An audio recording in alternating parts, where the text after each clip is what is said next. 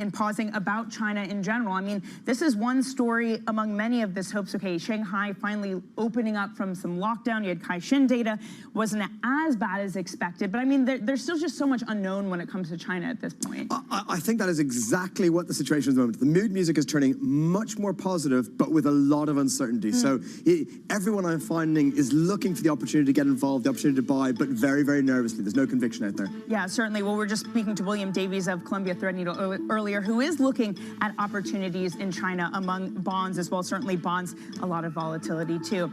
Well, that's it for us at Bloomberg Markets. The open is up next as we look to futures pointing positive. That's after a decline yesterday. Of course, the first day of June tends to be the worst month historically for European equities. Will that pattern continue? This is Bloomberg.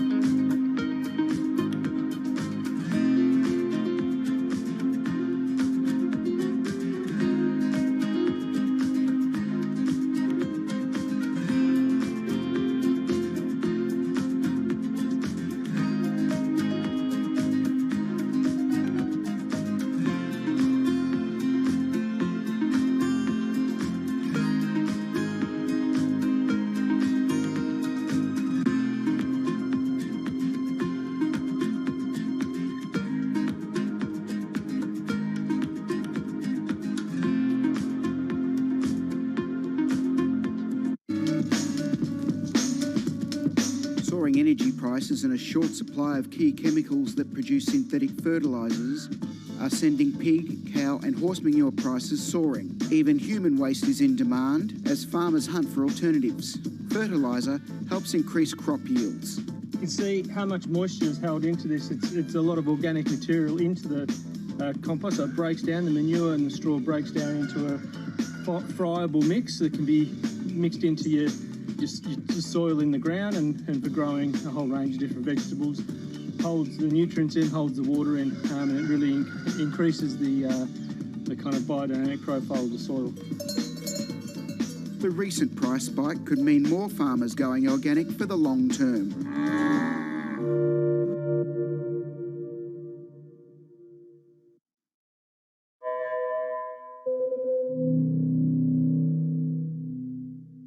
Front Row, exclusive interviews with the most influential figures in finance. Lloyd Blank.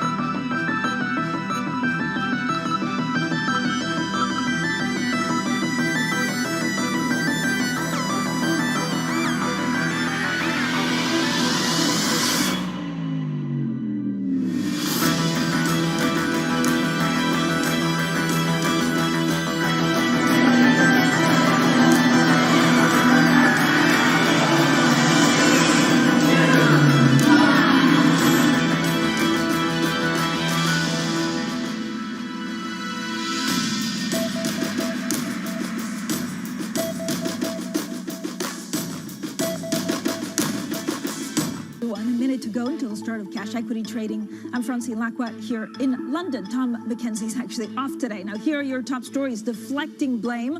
President Biden backs the Fed's effort to tackle price growth, putting the onus on Jay Powell. Janet Yellen says she was wrong on inflation. Eye on supply, oil edges higher amid a report that OPEC Plus could exclude Russia from its production targets. Plus, factories falter. China's manufacturing PMI remains in contraction for the month of May. Activity falls at a slower pace than April.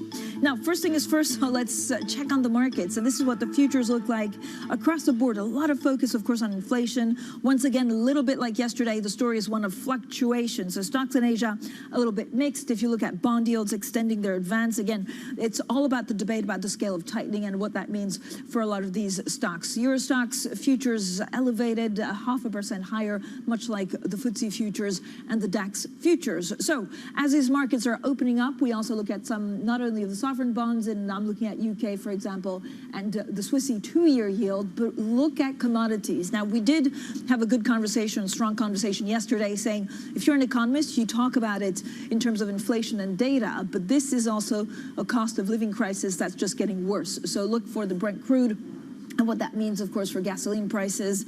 If you look at equity indices in Europe opening up, France, for example, the CAC 40 gaining some 0.6%. So let's get straight to your board as well. Extremely interesting what's been happening in terms of the 10-year yield. Treasuries extending actually a decline, pushing the 10-year yield closer to 2.9%. You can see currently at 2.8731. Again, this is as traders are raising bets now that the Federal Reserve interest rate hikes could be a little bit more aggressive than thought, and then Eurozone consumer prices jumping to a record in May. And that, again, what also opens the door for more forceful action from monetary policy. S&P futures gaining 0.3%. The dollar, we look at that rally, and then Brent crude 117. Now let's get straight to the Bloomberg MLive managing editor. He is the one and only Mark Cudmore. Mark, you're looking at oil. Francine, good morning. Yes, I am looking at oil. Here's a chart of the September Brent crude contract over the past 6 months, and you can see it's an incredibly bullish story out there. It's risen from about $65 a barrel up to about $115 a barrel. However, I'm going to argue that this is the price action of the last 6 months. The last 6 months was the bullish story, and if we're going to start looking forward, I think there's really potential for downside in this price here. So really what's been driving this is the supply story, a really well-known supply story. Russia has invaded Ukraine. It's been a massive disruption, but I think we've been really focused on that, and I think there's a world where we can't really get much more negative about the supply story, and if we do get any positive surprise, i.e. some of the speculation on OPEC Plus this week, then there'll be really material downside. On the other side of the equation is, of course, demand. I think on demand, we've been too focused on supply, and we haven't yet really factored in the fact that China's growth is slowing. Even if they come out of, they don't have to go into full lockdowns, or the lockdowns aren't as bad as feared a couple of weeks ago. The situation in China is still much slower growth than even a few months ago. We haven't yet brought that fully into the projections for commodities demand. It's not just China, though. Financial conditions are tightening around the world. We're seeing slower growth. Repeatedly, growth forecasts are being downgraded for the US, UK, Europe. All those countries, I think there's a slightly more negative demand picture that's priced. So overall, what I'm arguing is the negative supply story, fully priced. There's more likely to be a surprise bringing prices lower. However, the negative demand story is not yet priced, and I think that's why prices will turn lower from here. I think oil might have just topped out. Really interesting. Thank you so much. Of course, our MLive managing editor, Mark Cudmore. I would also urge everyone to go and read our Javier Blas. He's a great opinion writer. He knows the oil markets also inside out. And he says, look, an oil crisis hitting an economy like a big wave breaking onto the beach. It means an immediate impact. And then we need to look also at the second and third round effects. Now, let's get into some of the key market drivers with our MLive editor, Noor Al-Ali, and Grace Peters, head of EMEA investment strategy at JP Morgan Private Bank. So thank you both for joining us. Noor, a lot going on. OPEC Plus, what happens with Russia? Well, it's a big question, right? I mean, if Russia is no longer part of that agreement, that means there's potentially more oil into the market that's flowing into Asia, because Russia is working on getting those Asian buyers more supplied and better equipped with, improvements on their pipelines and the deals, and now at a discount. So this threatens the bullish story, as we've seen Mark talk about just now. How do you look at, Grace, actually the price of oil and what this means for feeds into inflation expectations? Yeah, absolutely. I mean, many of the factors that Mark went through, we would subscribe to that view. Our underlying assumption for oil this year is that it's between $100 and $110 per barrel. And therefore, obviously, we are seeing evidence of these higher oil prices feed into the inflation picture, particularly in Europe. In the US, we do think the inflation picture is different. Whilst we think European inflation has not yet topped out, we're probably going to still see another couple of months of higher inflation prints. In the US, the reverse is true. We think you are seeing a peak in inflation. We're going to see that tail over through the third quarter and build a bit more confidence around that through the fourth quarter. And that obviously has very big implications when it comes to other macro drivers and indeed asset allocation as well. Grace, how do you play? This is our question of the day. I know we have a great live survey on the blog. How do you play QT, and actually what parts of the markets will change as we get into quantitative tightening? Yeah, so the way that we're thinking about this is obviously the end of easy money, and this is reflected broadly in higher yields and more sustained higher yields. The other side of that, and Mark spoke to this a little bit, is tightening financial conditions. We think financial conditions are already very tight because of the way the market is priced, not just QT, but also higher rate expectations. And we think growth is going to slow quite materially. So our US GDP forecasts, we've got 1.4% for 2023. That's below consensus pricing. We think you're going to see those growth downgrades. So how do you play it? Well, we've been rotating more into fixed income. As we start to think about bond yields peaking out as growth slows, you want that protection value in fixed income. And so we've been closing underweights to duration and finding value in parts of the market like US investment grade. And you're looking at risk assets as well on the back of that. Yeah, absolutely. I mean, and another thing is the TLT ETF, which is basically the 20-year plus treasury, has actually been posting gains because it does show you that the market is indeed, as Grace said, looking for these investment opportunities. And if you are of the opinion that perhaps yields haven't topped out, or yields have come down because you're thinking, okay, growth is going to slow, that means maybe we're not going to get as hawkish of central banks, particularly on the Fed, for a longer period. That means the opportunity is in yields. So TINA is no longer in play anymore, right? Right. What do you do with China? Yeah, so China, I think, is in a bit of a tussle at the moment. Short term, we've had actually some very positive data out of the region. And I think it's a huge milestone that Shanghai is reopening today. But we can't think that that's just the end of it. Obviously, the zero COVID policy is resulting in really tough decisions when it comes to sticking with zero COVID for the Chinese policymakers versus the obvious downside risk to growth. And growth, we think, is going to be likely below 4% this year in the region, which is obviously some way short of the government's target of 5.5% GDP growth. But of course, you can't stimulate an economy that's in lockdown. So we still need to work through, not just Shanghai is reopening, but obviously COVID infiltrating throughout. So it is a region that we've been advocating for. We're holding our positions in the region. We do think that there's value there, but it's probably not value that will be very quickly crystallized because you do need to get through ultimately and have COVID spread in the region. Yeah, and then I guess the other region, I mean, what does the ECB do? Because of the proximity to Russia, its job is so much harder than I guess anywhere else in the world. Yeah, absolutely. I think, it's really difficult right now. Is the ECB behind the curve? I think that's the big question. If they don't raise rates by July, not by 25 basis points, but even 50, if we don't see that very severe hawkish tilt, I think we're at a pace where, as Grace said, inflation will remain higher in Europe. It will lag, other developed markets, and it will also come at a point where growth will stall. So stagflation definitely in play for Europe if we don't see more hawkishness out of the ECB. Yeah, and do we see any parts of Europe that are dislocated because of this, Grace? Yeah, I think you could feed this back to the oil story, that actually when we think about European assets overall and specifically European equities as that growth-sensitive part of the portfolio, then I think the arguments are that the risks lie to the downside, and we've been using Europe as a funding source within the equity book. But I think that you can really lean into some parts of Europe. Europe has actually outperformed the US because of its composition, because of its pro-cyclical and its commodity exposure that it has as well. So, that only protects to an extent, but I think you can lean into those bits. So food security, energy security, industrials to some extent because they feed into the capex needs. But overall, I think in a later phase of the economic cycle, as growth slows, we're looking for more exposure to the US. Okay, wonderful. We'll talk a lot more about that exposure to the US. Bloomberg's Noor Al-Ali, thank you so much, and stay with us. Grace Peters, head of EMEA investment strategy at JP Morgan Private Bank. We'll have plenty more, of course, on the markets. For the moment, look at stocks. They're elevated, gaining some 0.4% across the board in Europe. This is Bloomberg.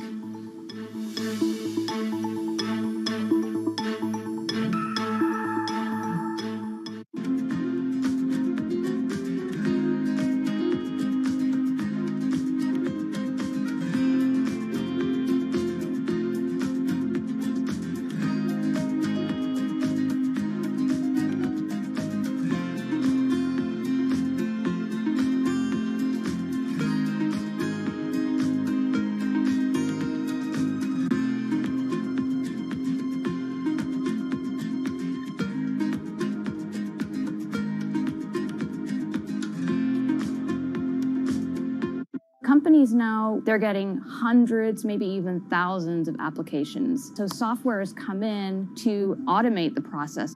You want to write your resume for robots, not for humans. The only job your resume has is to be comprehensible to the software that is reading it, because that software or robot is going to decide whether or not a human ever gets their eyes on it. These things are programmed by a certain segment of the population that might not be totally inclusive or not be fully aware. Concerns about how this technology could exacerbate discrimination. For the FTC, I think foremost, the FTC needs to be making sure that we're fully understanding this technology. We don't trust companies to self-regulate when it comes to pollution. We don't trust them to self-regulate when it comes to workplace comp. Why on earth would we trust them to self-regulate AI?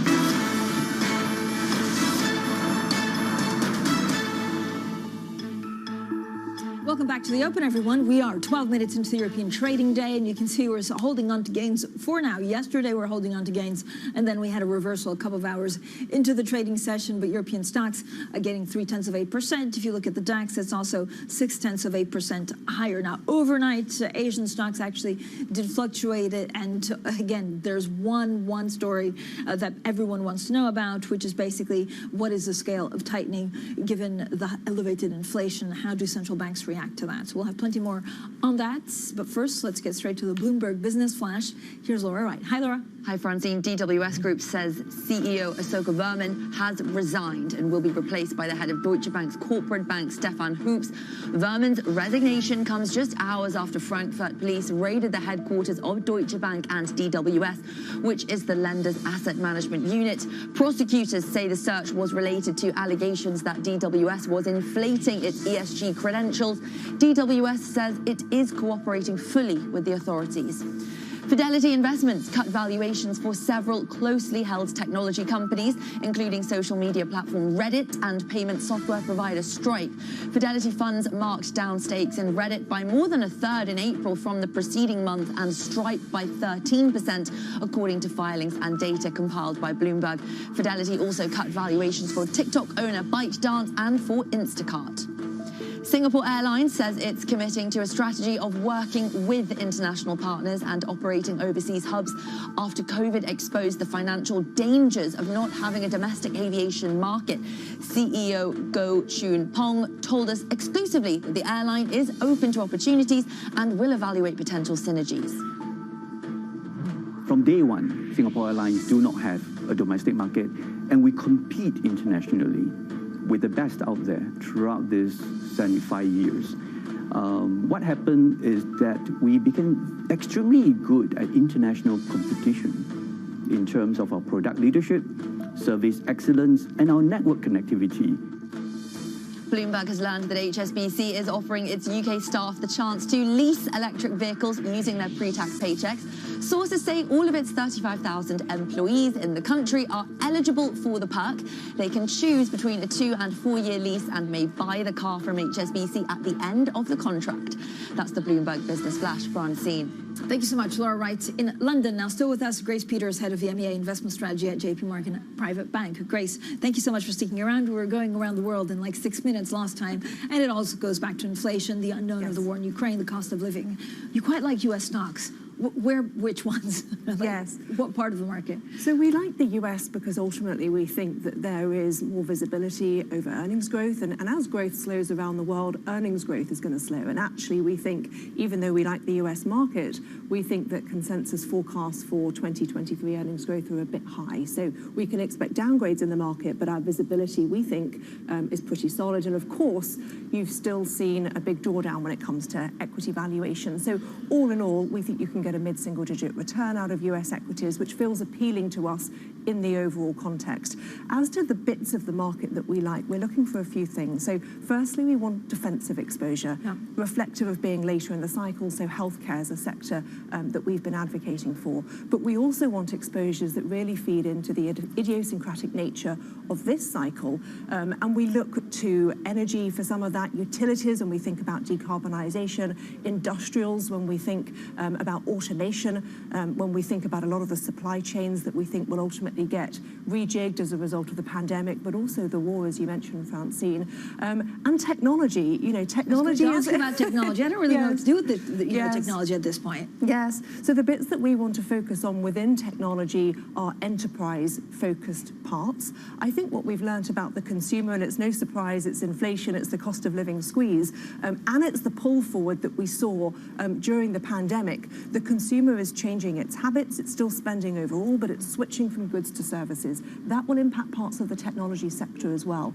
But businesses, we think that businesses, when they think about, you know, what are their spending plans over the next 3-5 years, we still think that they're going to be pretty robust. And actually, if I may just say that the higher inflation, the higher wages coming through, all of that calls for the need for greater productivity, whereas obviously technology can help. But Grace, within all of this, is the U.S. consumer safe? Because we don't exactly know. And I thought it was quite telling hearing Janet Yellen saying, look, I got it wrong on inflation. And so the ramification of that is unclear at this point, June 2022. Yeah. Also, I can't believe we're in June.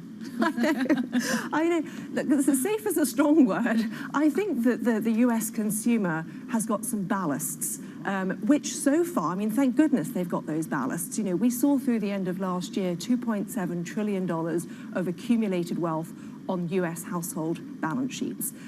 We're not growing that anymore. Quite the opposite. We're spending that down. About $40 billion has been spent down so far this year. So that's providing the ballast, and we think that will continue to provide the ballast. But of course, it can only last for so long, given all the pressures that the consumer's feeling. And so really the idea that inflation is peaking and will slowly fall is absolutely critical to the thesis that we can avoid a recession. Yes, growth is lower below trend, but it doesn't ultimately get us to the recessionary scenario. So, Grace, what do you absolutely have to get right? I mean, I know you have to get right your calls and things, but is it, you know, the dollar dynamics and rally that will also ultimately decide what you do with certain parts of the emerging market? I think the first thing to get right is absolutely inflation. Yeah. And so when we're thinking about what are the components of that, we need to see supply continue to come back to the labour market. We've seen some of that supply come back over the past 6 months, and that's directly correlated more recently with some of the wage inflation pressures that we've seen cooling in the US. That's a really healthy dynamic, and we still think the labour participation rate can rise by another 0.5%. So that gives you the cooling in the labour market, which is so important for those medium-term inflation dynamics. You know, you don't want inflation to get entrenched. That's a key thing for us to get right. And from there follows on bond yields. You know, for this cycle, that's all and to do thus with the inflation. asset allocation. What do you do with the UK? Yes. So the UK, I think, is in a particularly tight spot at the moment. It's obviously further into its hiking cycle. It's got structural issues around Brexit as well.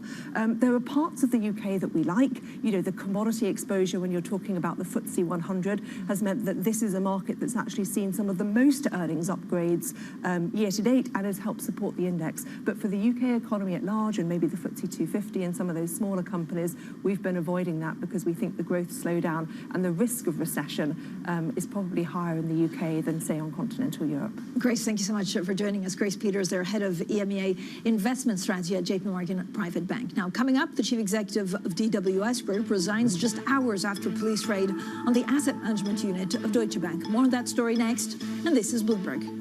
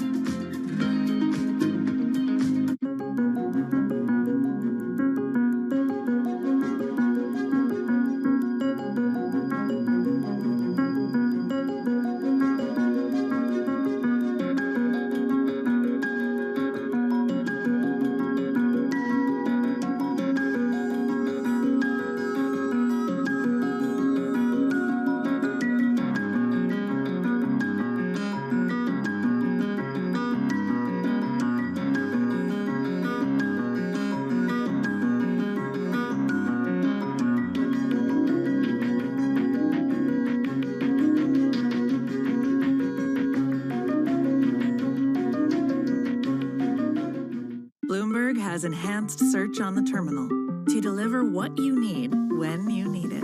Now, you can simply type phrases in everyday English in the command line. Compare financials. Find people. Analyze markets. You can enter phrases or ask questions. What do you want to know today? Ask a question or visit SearchGo to find answers now.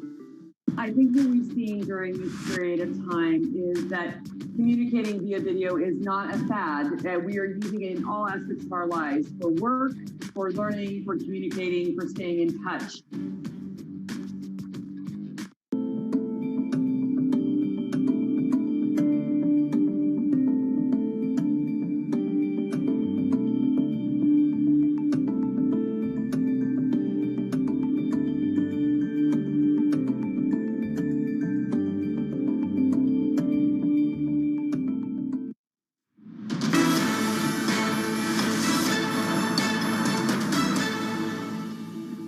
Welcome back to the Open, everyone. We are 22 minutes into the European trading day, and for the moment, we're seeing quite a lot of support for the European stock 600, gaining some 0.2%, the DAX, the CAC, and also the FTSE gaining between 0.4% and 0.5%. Now, the chief executive of DWS Group, Asoka Verman, has resigned and will be replaced by Stefan Hoops. The announcement came just hours after a police raid on the asset management unit of Deutsche Bank over accusations of greenwashing. For more on all of this, we're joined by Nick Comfort, our European finance reporter in Frankfurt, who also helped broke, of course, this story yesterday. So, Nick, how bad is this for DWS and Deutsche Bank legally, but also reputationally? I think first and foremost, it's a reputational issue for now. Clearly, we weren't expecting this to happen so quickly. I mean, one could then assume that this isn't a case of Verman jumping before he's going to be pushed. But clearly, this must go pretty deep then at Deutsche Bank. I mean, it must be sending tremors through the company. And now, obviously, it's a very public show of lack of confidence in Deutsche Bank and DWS rather.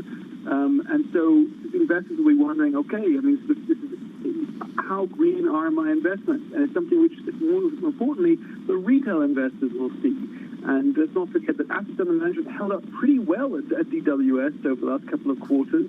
But this kind of publicity definitely makes headlines and shows then the retail investors that, well, maybe they might want to reconsider. So, Nick, what could be the impact of this more broadly in terms of greenwashing as an issue within the investment world? I think that's it's going to be even more on people's agendas. I mean, greenwashing, ESG in general, has been kind of a squishy topic. I mean, let's face it, it's kind of hard to see from the outside whether something is really green or not. But, I mean, there's nothing like the resignation of a CEO to really catch the attention of fund managers worldwide to realize this kind of stuff does have real-world consequences. I mean, and even if Deutsche Bank obviously and DWS rejects the allegations that have been made by a former employee of theirs, but it shows that this kind of thing, once it builds momentum, can cost people their jobs. And so even if it might be hard to fine Deutsche Bank or to fine DWS for a financial penalty, it has real-world consequences for the people who are leading these institutions. So, Nick, what can you tell us actually about some of the conversations probably going, on behind closed doors at Deutsche Bank and DWS today? What are some of the questions that they need to ask themselves going forward? So, I mean, we knew that already last year the leadership at Deutsche Bank were upset about the flow of negative headlines about DWS. It was a major distraction, and even if, as I said, the assets under management held up well, this was not the kind of thing they wanted to see for their asset management arm. They wanted to be a leader on ESG, and they did not want to be cast in this light. I think that's going to be the next question for Stefan Hoops, who's taking over at DWS. How can he restore confidence in their ability to be a sustainable investment manager? Now, also beyond that, there are still probes running by the SEC and by BaFin, the German regulator. So it's going to be a question of, well, how did DWS deal with also internally the allegations made by former chief sustainability officer? Did they do a good enough job? Okay, the million-dollar question. Nick, thank you so much for all of your reporting and, of course, for coming on TV to talk about it. Nick Comfort there joining us, our banks reporter. In the meantime, this is what U.S. futures are telling us. We did have a bit of fluctuation in Asia. Stocks fluctuating were certainly mixed because bond yields are also extending their advance, and it's all about the debate about the scale of tightening of monetary policy to fight inflation. Treasuries, in fact, extending this decline, the 10-year yield close to 2.9%. You can see S&P futures, Dow Jones futures, and even NASDAQ futures gaining around 0.2%. Coming up, as the war in Ukraine approaches its 100th day, Russia could see a flood of cash averaging $800 million a day this year just from oil and gas. That's our big take today, and this is Bloomberg.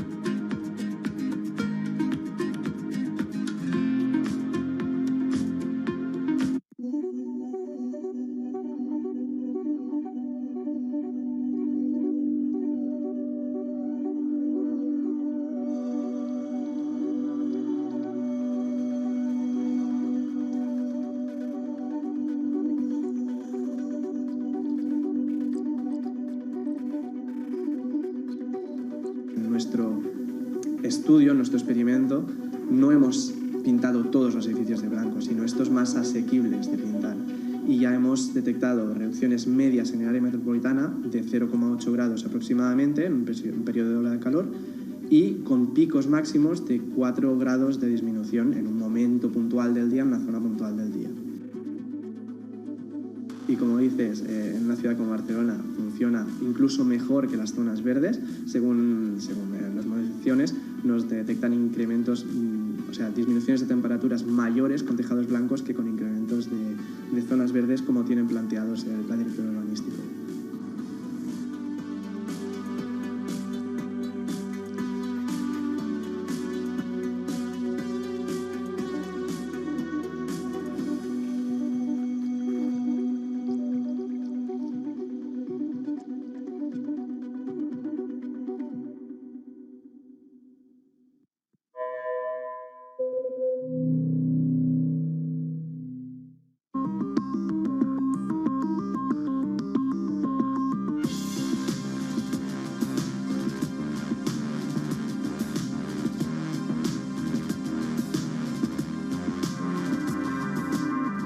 Really a reminder, isn't it, just how sensitive the markets are to any commentary about trade. We did see some pressure on the yuan, we did see some pressure on the futures. That is now being reversed.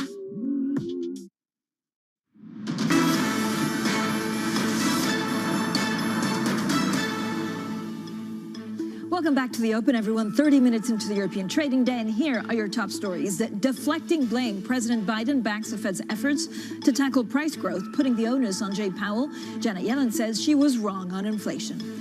Eye on supply, oil edges higher amid a report that OPEC Plus could exclude Russia from its production targets. Plus, factories falter. China's manufacturing PMI remains in contraction in May. Activity falls at a slower pace than in April. Well, good morning, everyone. This is what the markets are looking at. It's, of course, the pace of change when monetary policy is in play to deal with inflation. That's the big question that day in and day out, markets try and get right and position themselves on the back of it. Now, European stock 600 gaining some 0.2%. The DAX gaining 0.5%. Quite a lot of the stories also on some of the earnings going forward with a couple of downgrades, not by sector, but really by some of the companies that maybe have more exposure to China, that have more exposure on a supply chain where their costs go up and they can't necessarily pass it on to some of their customers. This is a picture for the sectors on the move. Now, this is usually quite telling because it doesn't always track what we also saw overnight in Asia. Now, banks, the biggest gainers, 0.6% higher, auto parts, some of the material and construction insurance. And then you can see on the way down, telecom, basic resources, and technology. I know we'll spend a bit of time understanding the basic resources, the dynamics at play. Our Mark Cudmore had a great chart looking at not a concern about supply, but maybe some of the demand longer term, especially if that demand from China gets put under pressure. Now, Russia has long acted as a global commodity supermarket. Today's big take says that even with some countries now halting energy purchases, Russia oil and gas revenue will be about $285 billion this year. Meanwhile, the rally in oil prices fizzled after a report that OPEC members are actually exploring the idea of exempting Russia from its production deal. Grain futures also are plummeting as prospects for food exports from Ukraine improve. Well, joining us now for more on today's Big Take is our oil strategist, Julian Lee. Julian, it's a beautiful piece, and I urge everyone to go and look at it on the website, but also push out on social media. We have this Big Take story about how Russia continues to make billions off commodities. Is that something that sanctions could change, or is it just impossible for them to have that much of an impact? I think sanctions will certainly have an impact. They're not going to cut it to zero in any sense. I don't think we should write sanctions off as a failure simply because they don't cut Russia's export earnings to zero. They will have an impact. Europe will likely back out more than 1 million barrels a day of Russian exports. Some of that will get rerouted to places like India, but that is more costly for Russia. It's more costly to ship it there. The journeys are much longer. They'll need many more ships to do it. And there are real questions over how much more Russian oil India and China are actually going to be willing to take, because that's going to displace supplies from some of their traditional suppliers like Saudi Arabia and the other Persian Gulf countries. And they have to be wary about the long-term relationships that they have built up with those countries. So I do think sanctions will have an impact, but they won't cut Russia's earnings to zero. Yeah, and you were talking, of course, about China and India. So exactly how did China and India play in the picture of funding Putin's war? I know you can put oil on cargo ships, but actually for LNG and gas, it's much more difficult if you don't have those pipelines. Yeah, I mean, certainly for gas, it would be much more difficult. LNG, again, you're putting the product onto tankers and shipping it around the world. But the journey time from the ports in Western Russia, even to India, are at least 4 times as long as the traditional journeys to European countries. That means that to ship the same amount of oil, you need 4 times as many ships to do it. And it's just not clear, with the sanctions that are also being placed on shipping, on insurance and other services to shipping, whether Russia is going to be able to find enough ships to divert all of the crude that it's currently selling to Europe, to places like India and China. The other thing to bear in mind, of course, is that it is already having to offer big discounts to ship that oil. For the last round, they calculate their export duty based on a price from a month sort of prior to that. They're already trading at a discount of about $35 a barrel to Brent. So Russia isn't getting anything like the sort of $116, $120 a barrel that we're seeing as a Brent figure. They're still getting a price of under 100 for their crude. Yeah. Julian, if you look at what moves we're expecting from OPEC Plus, I mean, what does exempting Russia from production deals mean concretely? I personally think that it might actually mean very little. Russia's production isn't constrained at the moment by its OPEC Plus quota. It's constrained by its ability to export oil and the impact that sanctions on things like oil field technology are starting to have on the industry.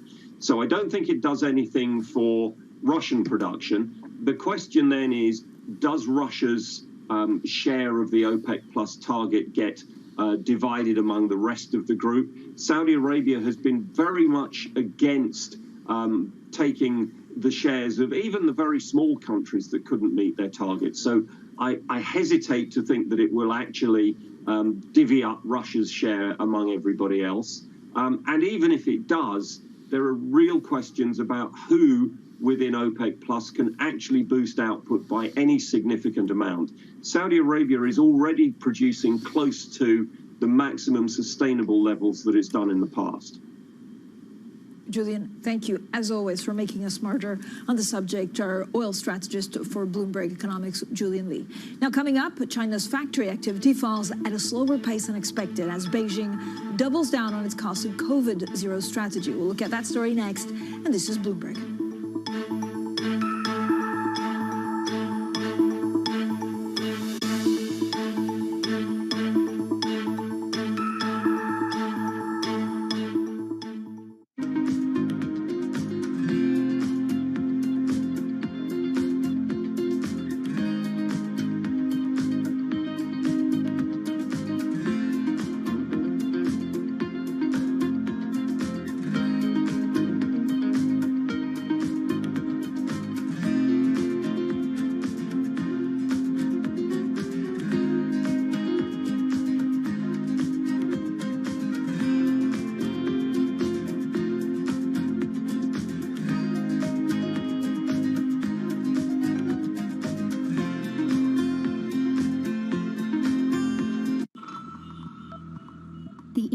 city of Jamnagar is a money-making machine for Asia's richest man, Mukesh Ambani. His company Reliance has the world's biggest oil refinery complex here in the city.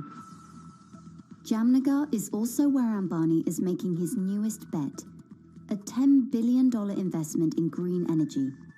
His ambition is closely aligned with the Indian government's plan to reach net zero emissions by 2070. But Ambani is not alone. India's second richest man, Gautam Adani, has committed $20 billion of investment over the next decade. But India's massive dependencies on fossil fuels have some environmental advocates questioning the realism and sincerity of those green ambitions and those of its two biggest billionaires.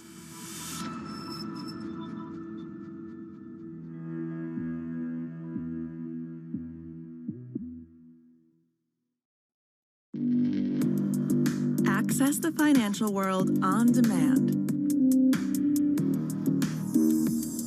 Hear from leading economists, policymakers, and industry experts via live and on-demand webinars, only from Bloomberg.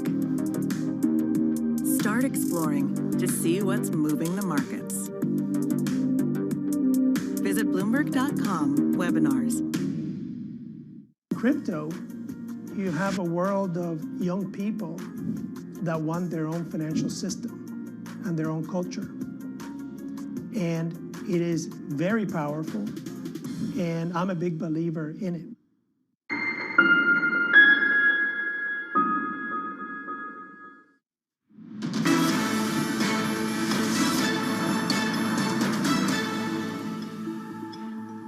Welcome back to the Open, everyone. We are 39 minutes into the European trading day, and you can see European stocks being supported 0.2% overall.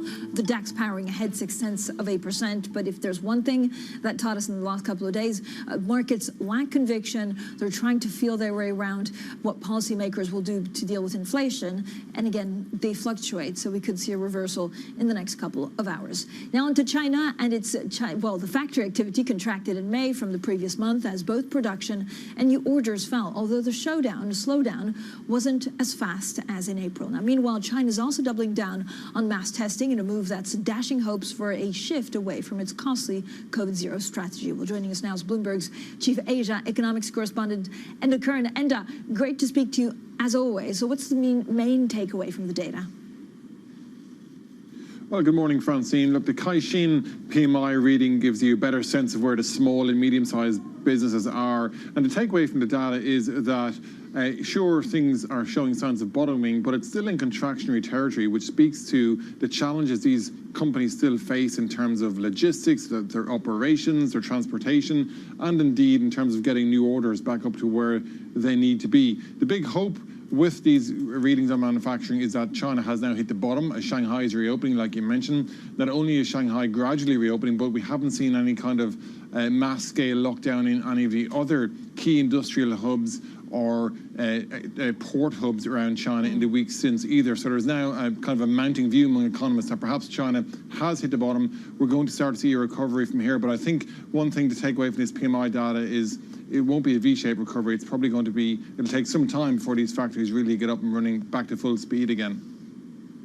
And we're also looking at COVID zero as a long-term policy. So what could the impact of that actually be?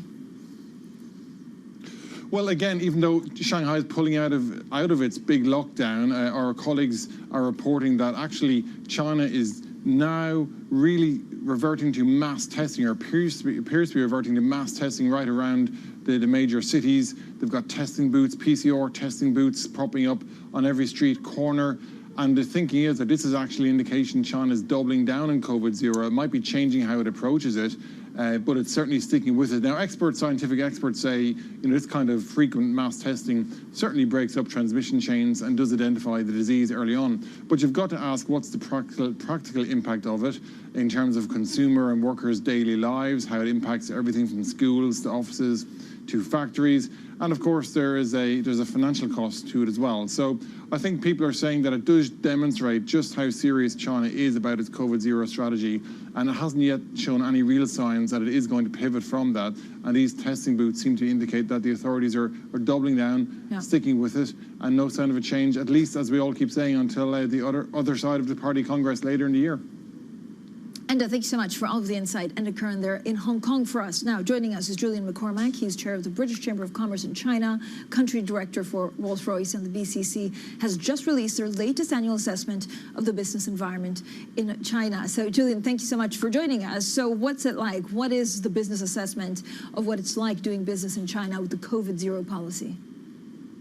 Well, if you'd asked me that question 6 months ago, where we just published our sentiment survey of 650 members of the British Chambers, then I would have given you perhaps a more optimistic answer than I can today. At the time, we saw confidence restoring, and people were entering this year, 2022, with more optimism than they had previously. But when we look at the recent surveys, and most recently the position paper that we published yesterday, what we see is that business confidence really has been dented, and that's something that we can really see in the data. When we looked at, when we surveyed companies in April this year, then around about 73% of respondents were saying that they really were affected by the lockdowns and the COVID situation in China. And 50% were saying that they were either delaying or reducing investment. So the consequences of the ongoing strategy for managing COVID in China are really being felt among our members. So, Julian, does it mean that actually they're willing to spend less in China, or are they powering through investments but with a side of caution? So I think we need to be clearer on what type of companies and what types of industries. That some companies are able to take a longer term view, but what we're finding is it's particularly smaller and medium-sized enterprises. Those are the companies that really need to see measures to boost confidence in the next 12 months. And of course, at the moment, it's hard to see that. Of course, we're seeing the resumption of operations and business in Shanghai. That's great. Of course, we see Beijing now coming out of lockdowns. That's positive. But currently, under the current policies, it's hard to see how we will avoid further lockdowns and therefore a further period of uncertainty here. So, Julian, give me a sense of how this pans out in the next couple of, I guess, months and quarters. I know there has also been a push from a lot of foreign investors to have more clarity on legislation and regulation. Do they worry about that just as much as a COVID zero policy, or is one taking the front lead in terms of on top of people's minds? I mean, currently it is the dynamic zero COVID policy that is dominating everything that companies are thinking about. There are broader concerns within the economy, but actually broadly long-term optimism is there because the foundations for growth haven't changed. But what people are really concerned about is how you bridge the gap between where we are now and where we want to be, where we predict we'll be in the future.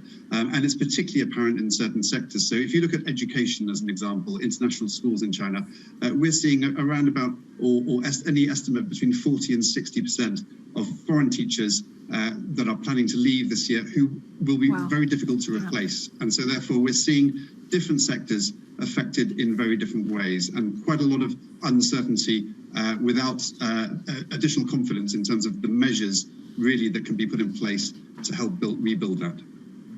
So do you see that actually, Julian, even being eroded further, the pool of talent of foreigners in China being depleted in the next couple of quarters?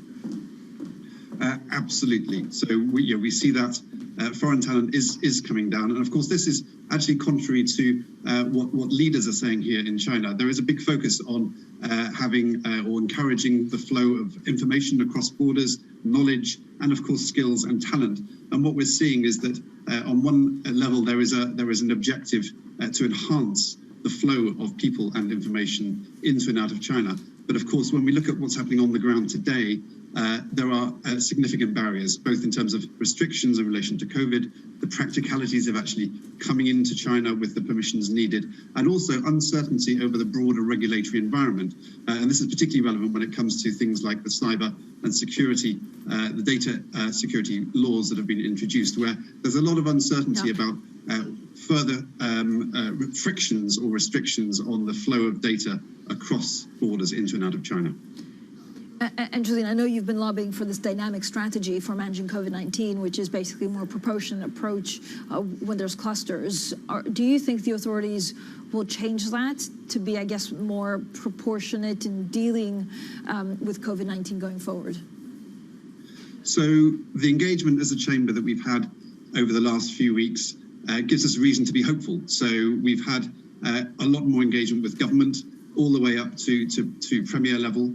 And that means that it's very clear that the government is listening, is very attentive to what business is saying. So we're seeing now the economic concerns are starting to come to the fore. So that leaves us hopeful that we will see some significant changes. And of course, the dynamic COVID or dynamic zero COVID policy actually allows the government a lot of scope to adjust the measures, to adjust what happens here as the situation changes. And of course, what we're hopeful for is that the government will let us know what are the conditions that need to be in place in order for measures to be introduced that will give us more confidence for the coming months.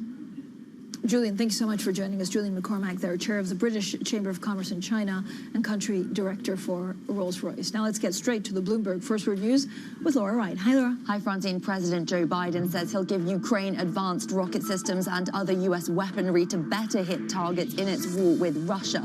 The move, announced in a New York Times article, ramps up U.S. military support as the conflict drags into its fourth month. The package of weapons includes missiles that will allow Ukraine to strike locations as far as 80 kilometers away.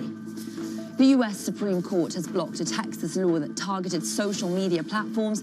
Critics say the measure would require Twitter and Facebook to allow hate speech and extremism. The High Court put the law on hold while social media firms challenge it in a lower court. Texas Republicans say the law is needed to protect conservative voices from being silenced. UK food and drink exports to the European Union are down 17% in the first quarter compared to pre-pandemic levels. That's according to a report from the Food and Drink Federation. Brexit trade rules and supply chain problems continue to dent demand, although shipments to Canada and India helped drive exports to non-EU countries above pre-pandemic levels. It wasn't enough to offset lower EU demand. Global news 24 hours a day on air and at Bloomberg Quick Take, powered by more than 2,700 journalists and analysts in more than 120 countries. This is Bloomberg Francine. Laura, thanks so much. Laura Wright in London. Now, coming up, as inflation soars across much of the world, politicians grapple with growing public anger. We have more on the political fallout from rising prices. That's coming up next, and this is Bloomberg.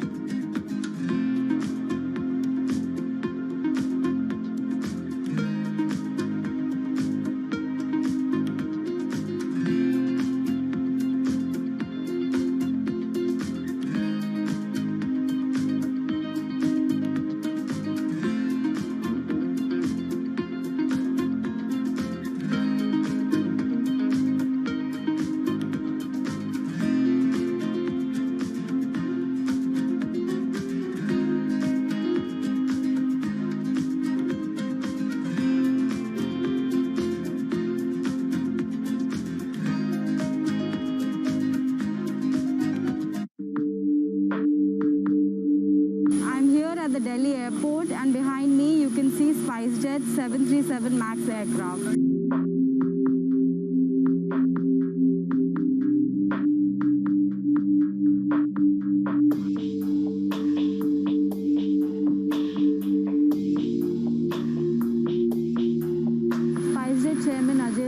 Earlier today said that Boeing is going to compensate SpiceJet in form of cash and aircraft.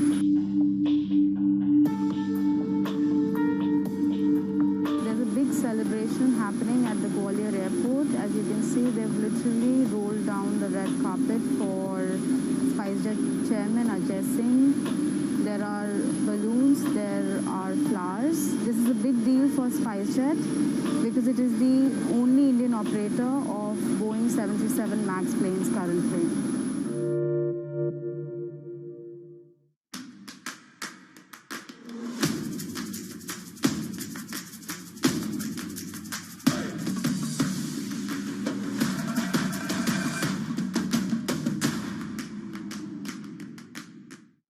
However you get your news. This is Bloomberg Daybreak with Lee. On Bloomberg Radio. Welcome to Daybreak Australia. This is Bloomberg Technology. This is Bloomberg Green. On TV, radio, and the web, this is Bloomberg.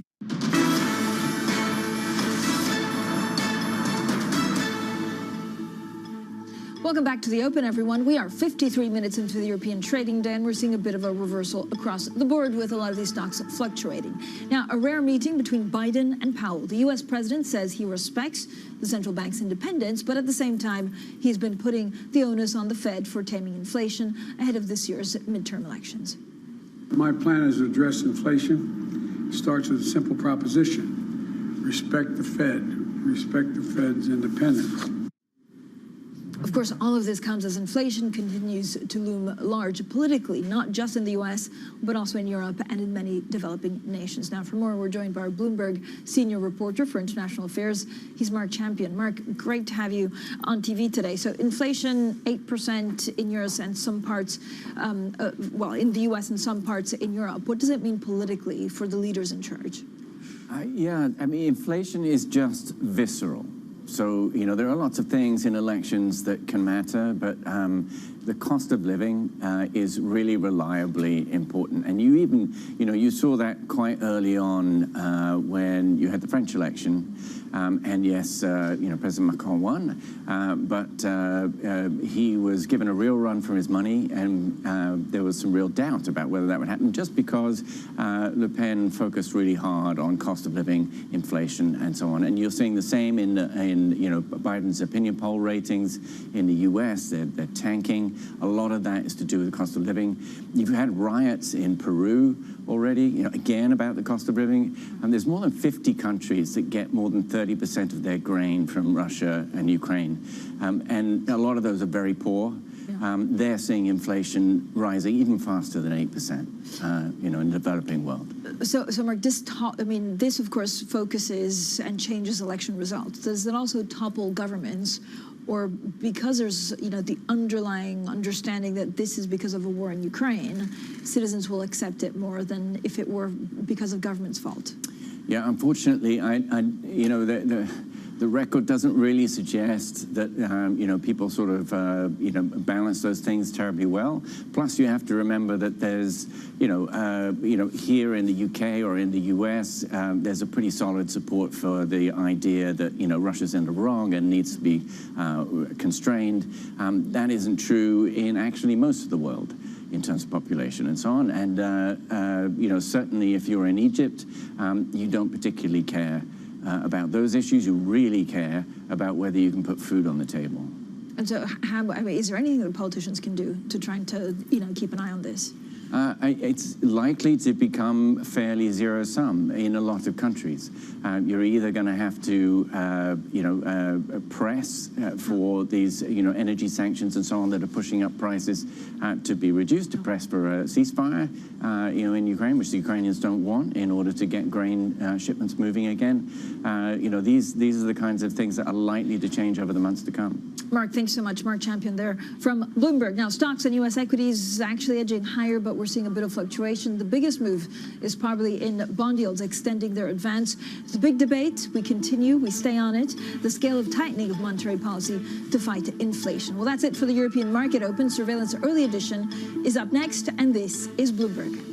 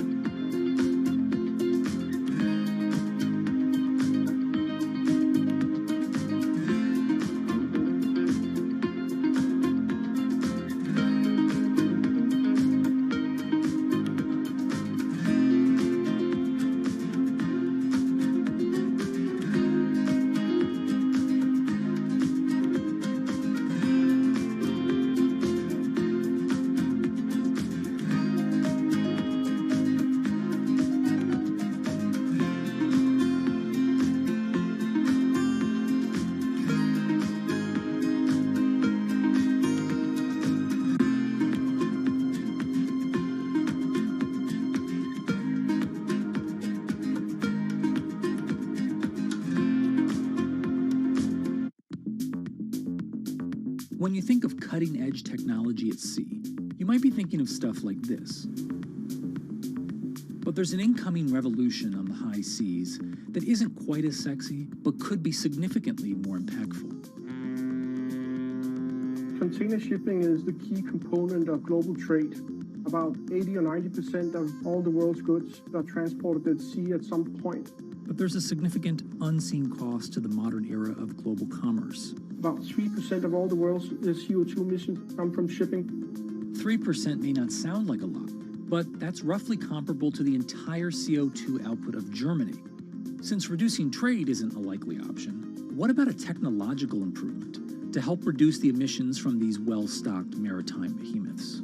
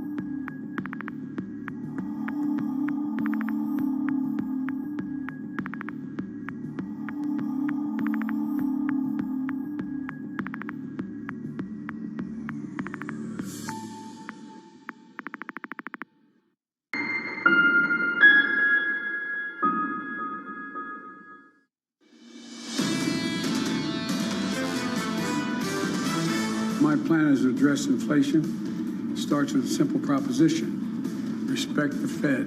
Respect the Fed's independence. This is extremely important to work on the possibility and to explore the possibility of import price caps also with international partners. You have to look at where new production is coming and where would be coming even if we didn't have $123 Brent. And I'd say it's more in the $70 range than it is in the $120 range. This is Bloomberg Surveillance, Early Edition with Francine Lacqua.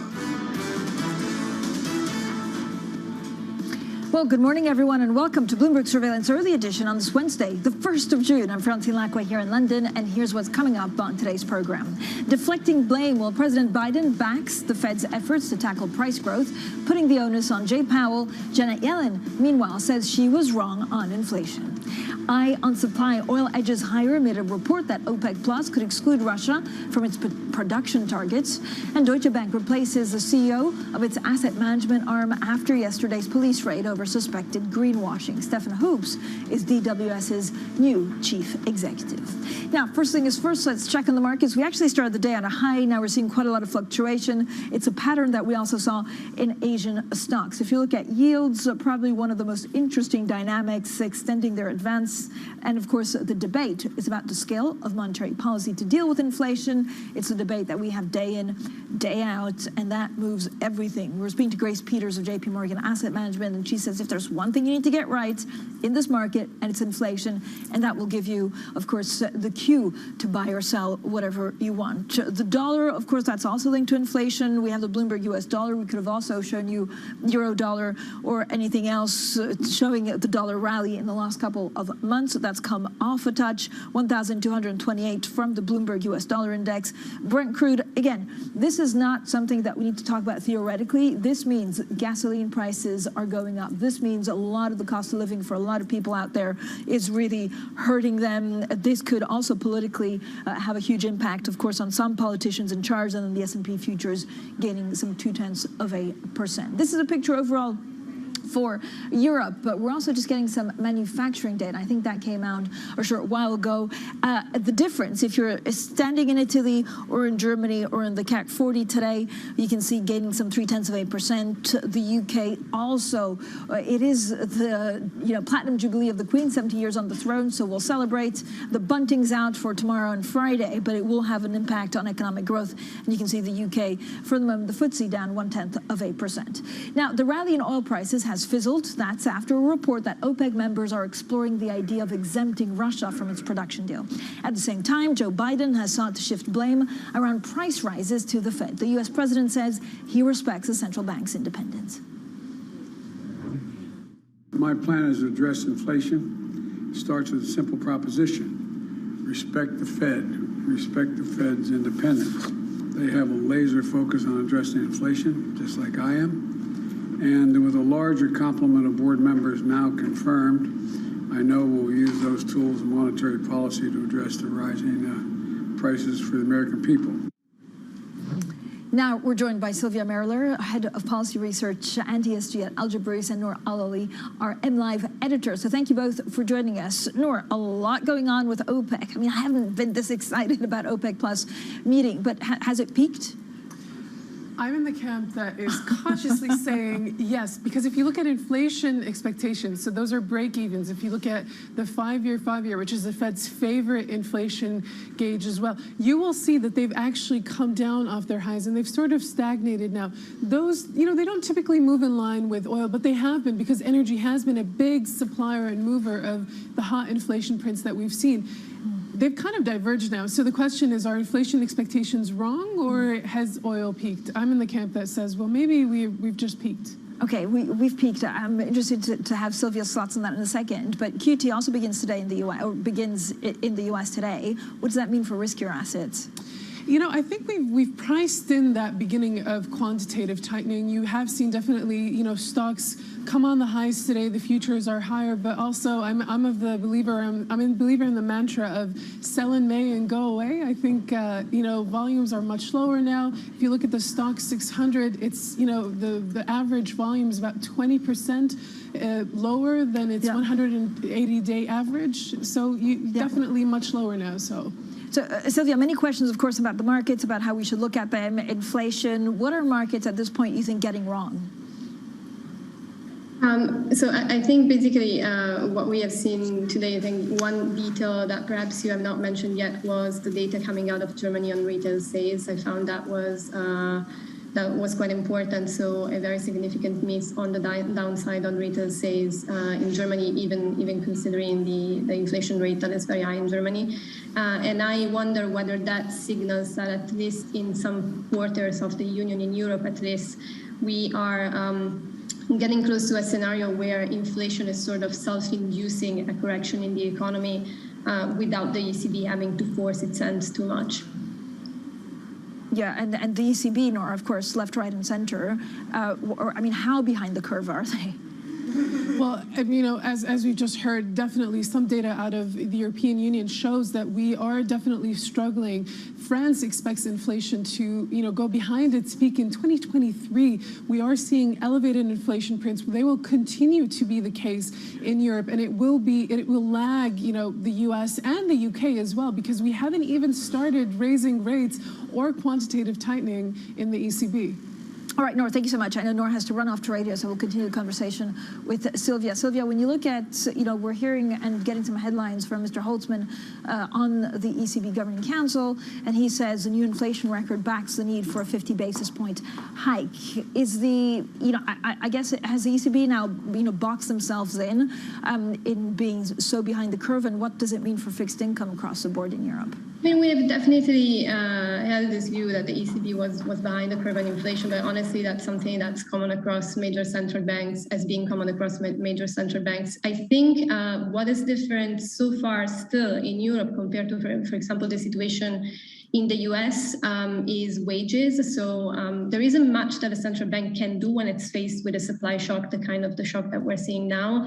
The choice is between hiking immediately, so trying to rein in inflation fast, or sort of wait for inflation to induce a correction in the economy, with obviously an impact, much bigger impact on purchasing power in the meantime. I think that the answer to that question depends on whether you think inflation is going to be sticky or not, and a lot of the answer to the second question depends on wages.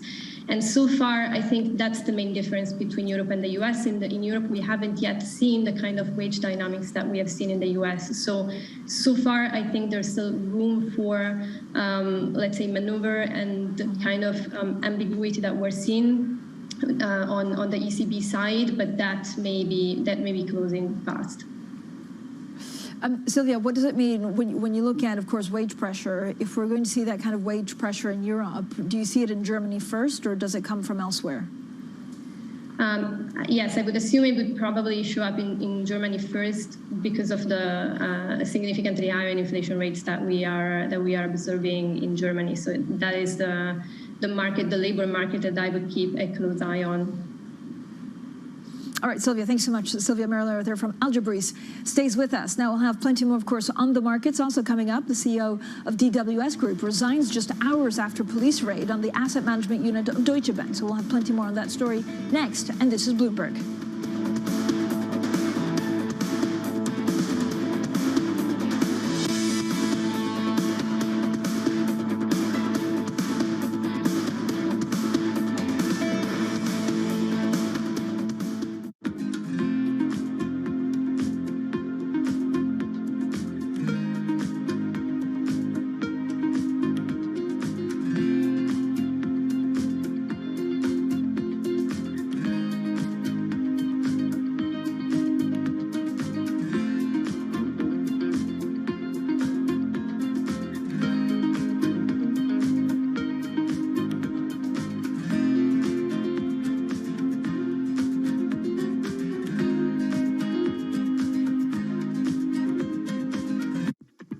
When you think space, you probably think one space agency that travels under the radar is ESA, which is surprising considering what the European Space Agency has achieved and how vital it is to the global space industry. We've collaborated with pretty much everybody who is involved in space exploration. ESA wants to be a leading force in furthering humanity's mission into space. Commander Ground, do you copy? Copy. If we want to have successful human missions to Mars, we are going to have to learn to live and work off-world in a different way. The place where we are going to learn to do that is on the moon. Can ESA help humanity take its next giant leap? Lots happening on Wall Street. It's the basic law of economics. It validated what the market was already pricing. Need to catch up? This is Bloomberg Wall Street Week. I'm David Weston. We've got the information and insights. David, you just hit the nail right on the head. From businesses most influential and instrumental. And that's the way you run good risk management. It's a challenging dynamic. We could continue to see that kind of strength. Bloomberg Wall Street Week premieres Friday with replays all weekend on Bloomberg Television and Radio.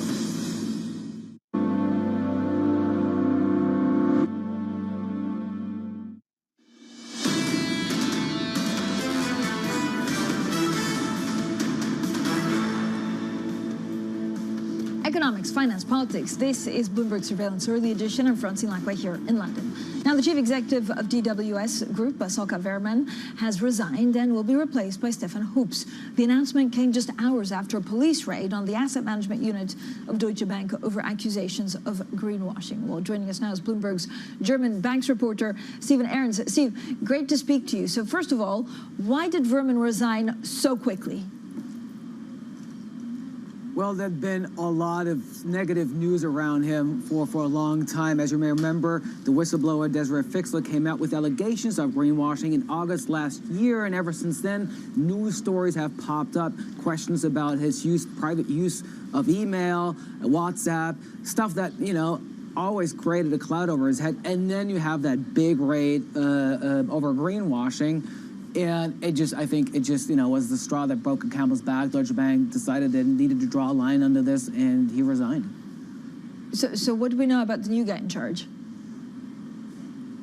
The new guy, Stefan Hoops, what's most important, I think, to know about him is he speaks very close to Christian Sewing, and Sewing, the Deutsche Bank CEO, trusts him a lot. He's been putting in different places when he needed someone to fix a unit.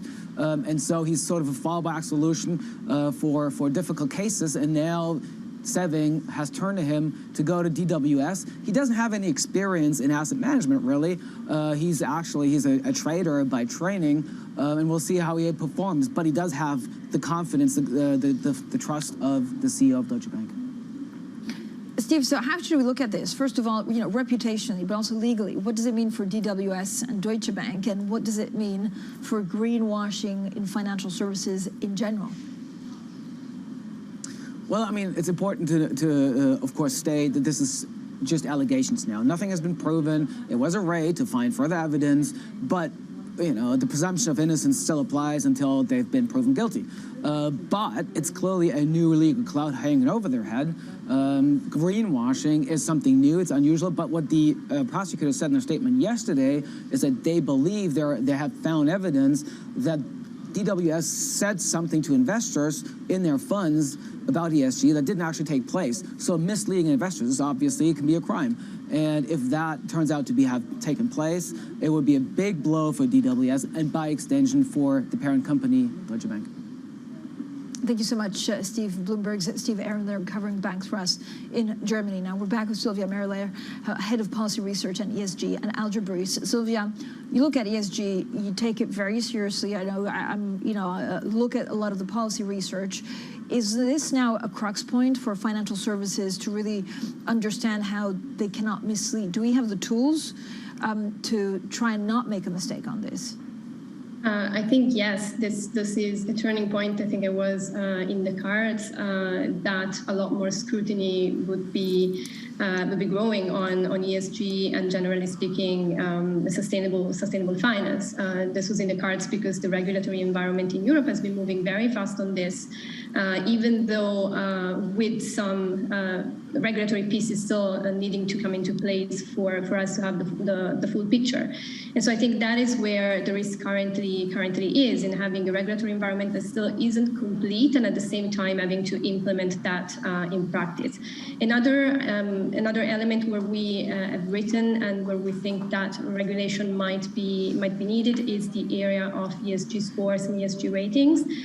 This has been in the news recently, I think, with Elon Musk complaining that Tesla was rated worse than some of the biggest polluters on the planet. I mean, that was obviously a very strong statement, but at the same time, it does point to a more general issue. So there is no standard, there is no regulation for these ratings for the time being, and so much is reliant on these ratings, credibility and reliability. So I think that is also an area where we will at some point need and see some regulatory intervention to make sure that the instruments the industry is using to translate regulatory requirements in practice are really reliable and consistent. Yeah, and Sylvia, are we seeing also, such things, we're talking about Europe, but are we seeing it across the world in Asia and the US to doing same? As ESG portfolios, or certainly ESG products, will become more prominent in a lot of these portfolios, how do you align everyone? So I think that's really a question to which we yet don't have the answer. We know that Europe is the jurisdiction that's far ahead in terms of implementing all this regulation compared to other jurisdictions. I would expect everybody else's to follow. It is not automatic that we will have alignment. If you look at developments in the UK, for example, on sustainable finance, they are to some extent aligned to what is happening in the European Union, but there are differences as well. I think one element that so far perhaps has been a little bit underlooked and will become prominent, especially in light of scandals like this one, is how active managers really are. So the engagement side of the ESG that is really, I think, showing what investors can do to leverage their power as investors to stay true to what they say they do in terms of promoting sustainability.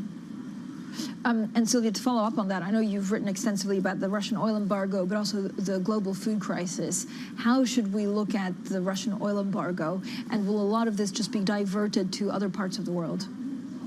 So I think, first of all, it's positive that this was agreed. I don't think it was, we got to a point where expectations had fallen so low that I think this is good news. The good news that the European Union could rally together and agree on an oil embargo, even if it's partial.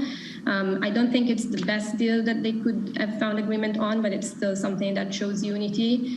And that potentially, particularly with the inclusion of insurance and the deal between the UK and the EU on insurance, can put significant pressure on Russia, because insurance for Russian oil, also Russian oil that is shipped to third countries, so not just the EU or the UK itself, but everywhere else in the world, is predominantly done in the UK or in Europe. And so having this particular piece in the package, I think, is the most important signal that Europe can send.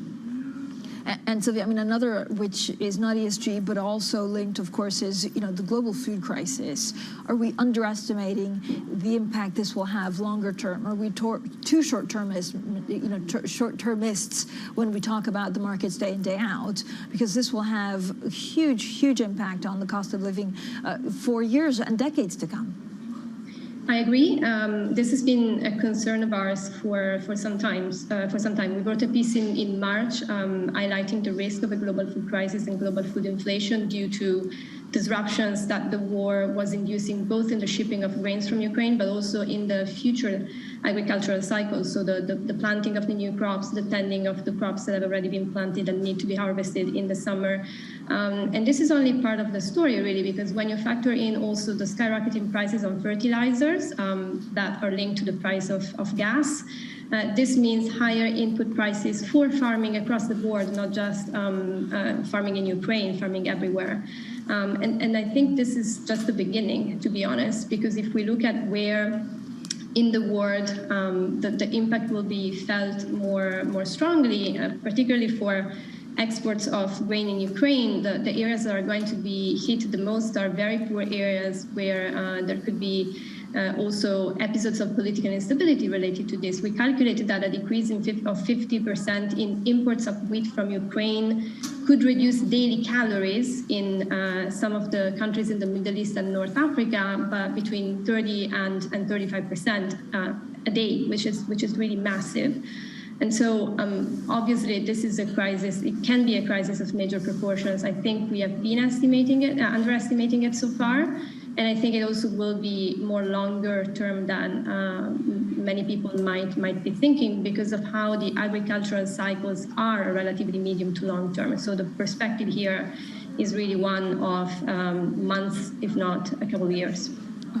Sylvia, thank you so much as always. Sylvia Merler, their head of policy research and ESG at Algebris, joining us this morning. Now, coming up on the program, China's factory activity falls at a slower pace than expected as Beijing doubles down on its costly COVID-0 strategy, and how the world's hunger for Russian commodities is fueling the Kremlin's war machine. We'll bring you our big take shortly.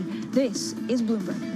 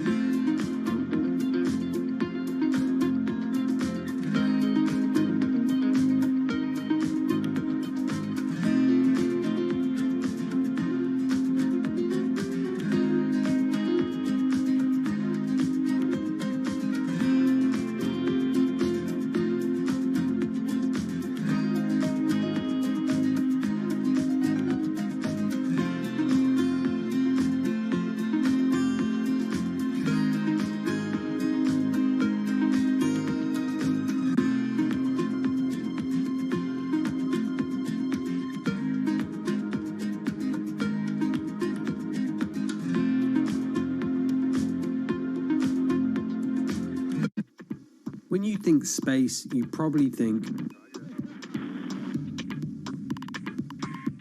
one space agency that travels under the radar is ESA, which is surprising considering what the European Space Agency has achieved and how vital it is to the global space industry.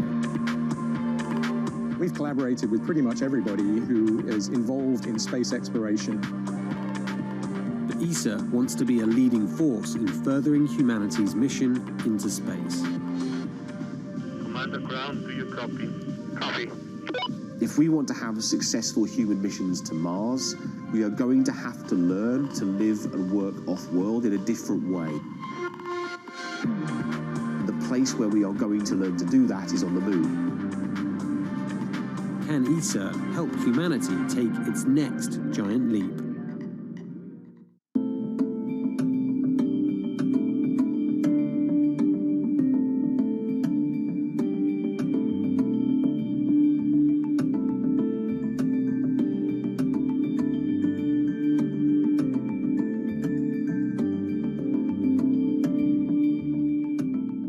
Mercedes-Benz is on a path towards CO2 neutral mobility. So we have flicked the switch there, and really we're going to step by step electrify everything. And what does that mean? Combustion engines get electrified. This is a market that over the past few weeks has made it clear it wants to go higher. It got a little spooked by the idea that geopolitical tensions are rising.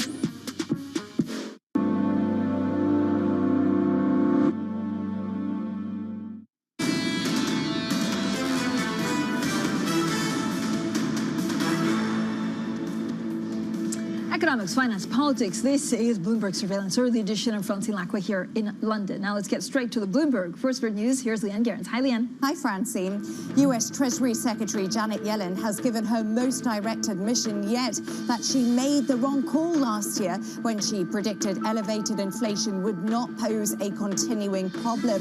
Yellen has told CNN she must judge the path inflation would take, saying she did not fully understand the circumstances. Now, President Joe Biden says he will give Ukraine advanced rocket systems and other U.S. weaponry to better hit targets in the war with Russia. The move, announced in a New York Times article, ramps up U.S. military support as the conflict drags into the fourth month. The package of weapons includes missiles that will allow Ukraine to strike locations as far as 80 kilometers away. UK food and drink exports to the European Union are down 17% in the first quarter. compared to pre-pandemic levels. That is according to a report from the Food and Drink Federation.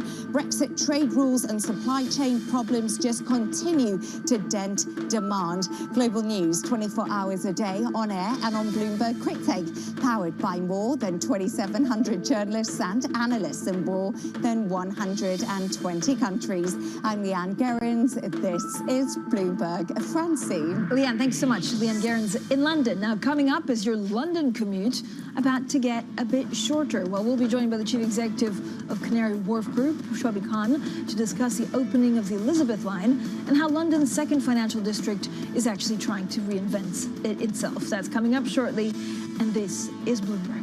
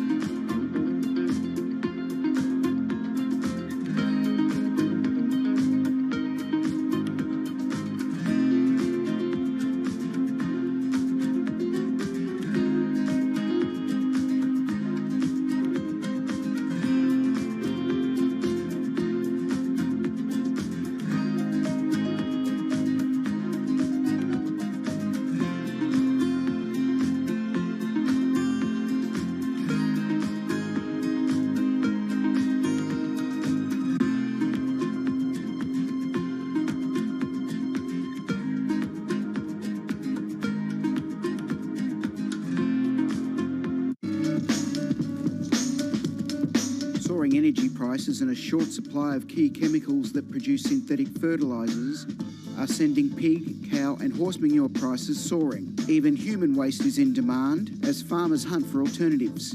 Fertiliser helps increase crop yields. You can see how much moisture is held into this. It's a lot of organic material into the compost, so it breaks down, the manure and the straw breaks down into a friable mix that can be mixed into your soil in the ground and for growing a whole range of different vegetables.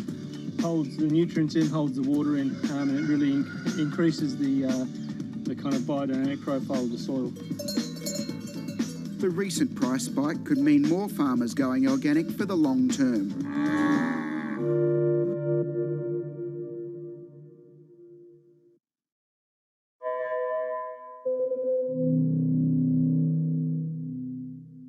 Front Row, exclusive interviews with the most influential figures in finance. Lloyd Blankfein. Deflation is a terrible thing. Inflation you could tolerate. Kathy Wood. Tesla will be in the pole position to dominate. Jeremy Grantham. We've had a very, very abnormal honeymoon Goldilocks period. First available on the Bloomberg Terminal, then on Bloomberg Television and Bloomberg.com. Front Row, the best seats in the house for business's greatest minds. BSO Now is your online home for weekly Boston Symphony Orchestra and Boston Pops performances. See new concerts that go behind the scenes, plus acclaimed archival concerts. Visit bso.org/now, where the music plays on. BSO season sponsor, Bank of America. I think that it's hard to put your head around any narrative. Let's just be honest. We've had sort of a shift in, are we in some sort of stagflation fears moment? People were talking about that all day yesterday.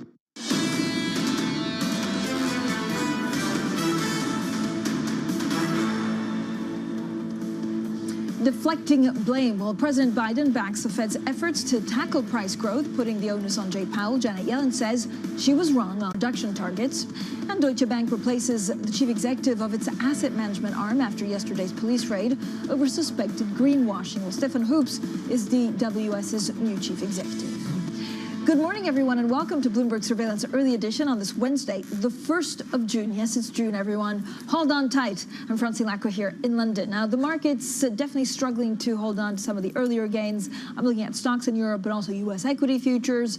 They're trying to find their feet, struggling for direction amid this debate over the scale of central bank monetary policy tightening needed to fight inflation. I'm also looking at the dollar gauge advancing, again, on this Fed rate hike wager. And then I'm looking at yen sliding. keeping S&P futures pretty much flat. Now, Canary Wharf Group has dubbed the Elizabeth line as a game changer for the future of London's second financial district. But with banks now accounting for less than half of the group's rental income, Canary Wharf is looking to a future beyond the big lenders. In fact, Europe's largest commercial lab is being built on a site once tagged to be Deutsche Bank's London headquarters. Well, we're now joined by the Canary Wharf Group Chief Executive Shobi Khan. Shobi, thank you for joining us. This is exciting. I mean, you're trying to regenerate Canary Wharf. The Elizabeth line was inaugurated a short while ago. How are you expecting it to change? It's already changed. Thanks for having me this morning. We've seen traffic increase by 25 to 30% in the first week. Now, first week is not the year, but we've had a robust start, and people are now discovering new ways and avenues of getting to the Canary Wharf site. But this is people that come in to spend. Is it tourists? What kind of, customers are you hoping to attract on site? So, Canary Wharf historically has been known as a financial center, but we are now a truly vibrant mixed-use community. So we appeal to both office workers, residents now that live at Canary Wharf, as well as customers that are shopping. We've got a robust food and beverage offering. We've got over 80 cafes and restaurants at Canary Wharf. Shobi, you sound like an ad. What will be the biggest revenue driver in the next 12 months? Well, revenue driver, I think, look, we're still a financial center in the sense of the office, but we've now got the residential that is leasing up dramatically. We've got 5 towers that we've built up on the rental side. They're leasing up extremely well. Rents are going up, and so we've now committed to build another 4 residential towers. So how do you revitalize? I love coming to Canary Wharf. Right. I mean, I'm going to put my hand up and say, actually, every time I have an interview with, one of the big newsmakers in Canary Wharf, I hope it's a little bit later so that I can have lunch there. Not a lot of people want to spend weekends there. How no, can that's you not change true. No, our traffic, we average over approximately 100,000 visitors both Saturday and Sunday now. And I think the Elizabeth line, to your first point, will be even more significant because we've got all that growth coming from East London. They're coming now and experiencing Canary Wharf. But you could do better. Is that fair? We could do better, yeah. And we have announced a partnership with the Eden Project. Yeah. We're going to create a green spine through the middle of Canary Wharf. And so you're going to be able to go swimming, paddle boarding, play paddle tennis, rent a kayak, all these kinds of leisure activities. We've even created the electric go-kart race tracking in the garages now. Do you need influencers? How do you get the word out there? I'm coming on TV to kind of talk about it with you. But we're actively marketing, I think, to the community, and I think the Elizabeth line, to your point, will be a game changer that people now have another way of coming there, and then the connection to Heathrow is critical for us. You are our original influencer, Shobi, certainly for Bloomberg TV viewers. Give me a sense of whether people are coming back to work and whether you see that going back to full-time. How has COVID actually changed, life at Canary Wharf? Yeah, so I think, look, 2 points. One, we're in a hybrid world now, and each company is deciding what they want to do based on their culture.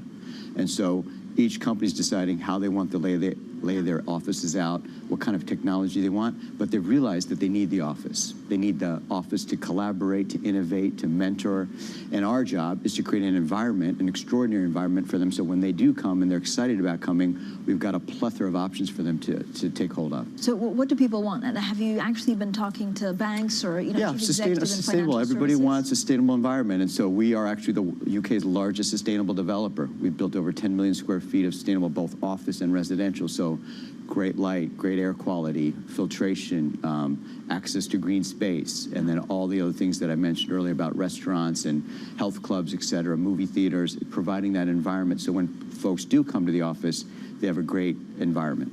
Gyms, I mean, I imagine the last 10 years what workers want has significantly changed. I mean, I used to go out to the pub in my youth. People now go for kale juice. Yeah, they go to kale juice. We've got Third Space. It's over 100,000 square foot gym there, and they've got so much demand. We're building another Third Space gym in the Wood Wharf area. So all that what you talked about, and everyone's got different interests. And so we've got the largest art collection in the entire country, public art, over 100 sculptures. I did not know that. And that changes regularly, or is it We've got some permanent collections, and then we do some annual things. So winter lights that we do in mid-January. Obviously, we haven't done it the last 2 years, but it'll be coming back this January.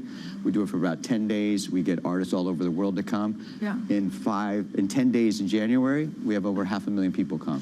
So when you look at the COVID legacy, is that also, do people dress differently? Do their office hours change? Have you seen any patterns that we should be focusing on? Yeah, I think, look, you've got that Monday, Friday kind of elbow with Tuesday, Thursday, Wednesday. You know, Thursday's the new Friday, Wednesday's the new Thursday, so to speak. So yeah, I think, but I think each company is trying to determine that, and they'll figure that out. I think over the next several years, everyone's going to kind of figure out what their culture is for what they want to do. So you're telling me that Thursday night is the happening? It is. Is it the big night out in Canary Wharf? It is. It is. And you know, Hawksmoor just opened up a flagship restaurant. You have to book in advance now because you can't get a seat at a table now. How do you attract the techies and the biotechs of this world? So great question. So we announced about a month ago that we're going to build the Europe's largest commercial health lab building, 22 stories, 750,000 square feet. So that is going to be our first anchor that we will attract, hopefully, great companies in that field. But we've had tech Revolut that you guys know about. That started with 2 desks at Canary Wharf. And now they're over 80,000 feet. And so we've incubated some of those kinds of companies.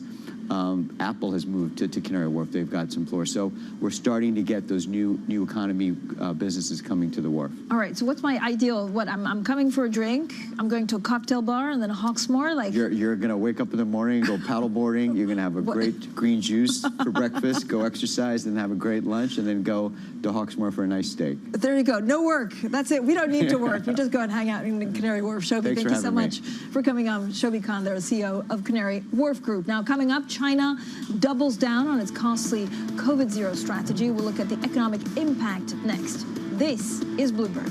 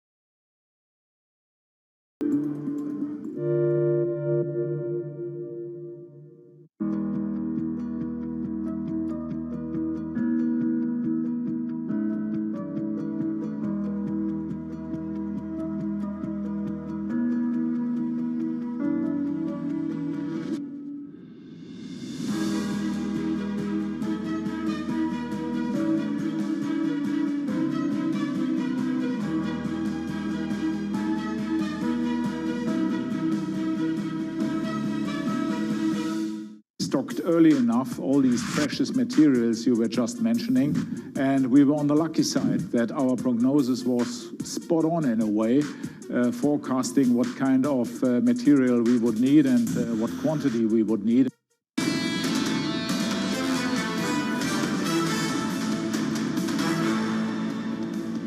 Economics, finance, politics. This is Bloomberg Surveillance Early Edition. I'm Francine Lacqua here in London. Now, China doubling down on mass testing in a move that's dashing hopes for a shift away from the costly COVID-0 strategy.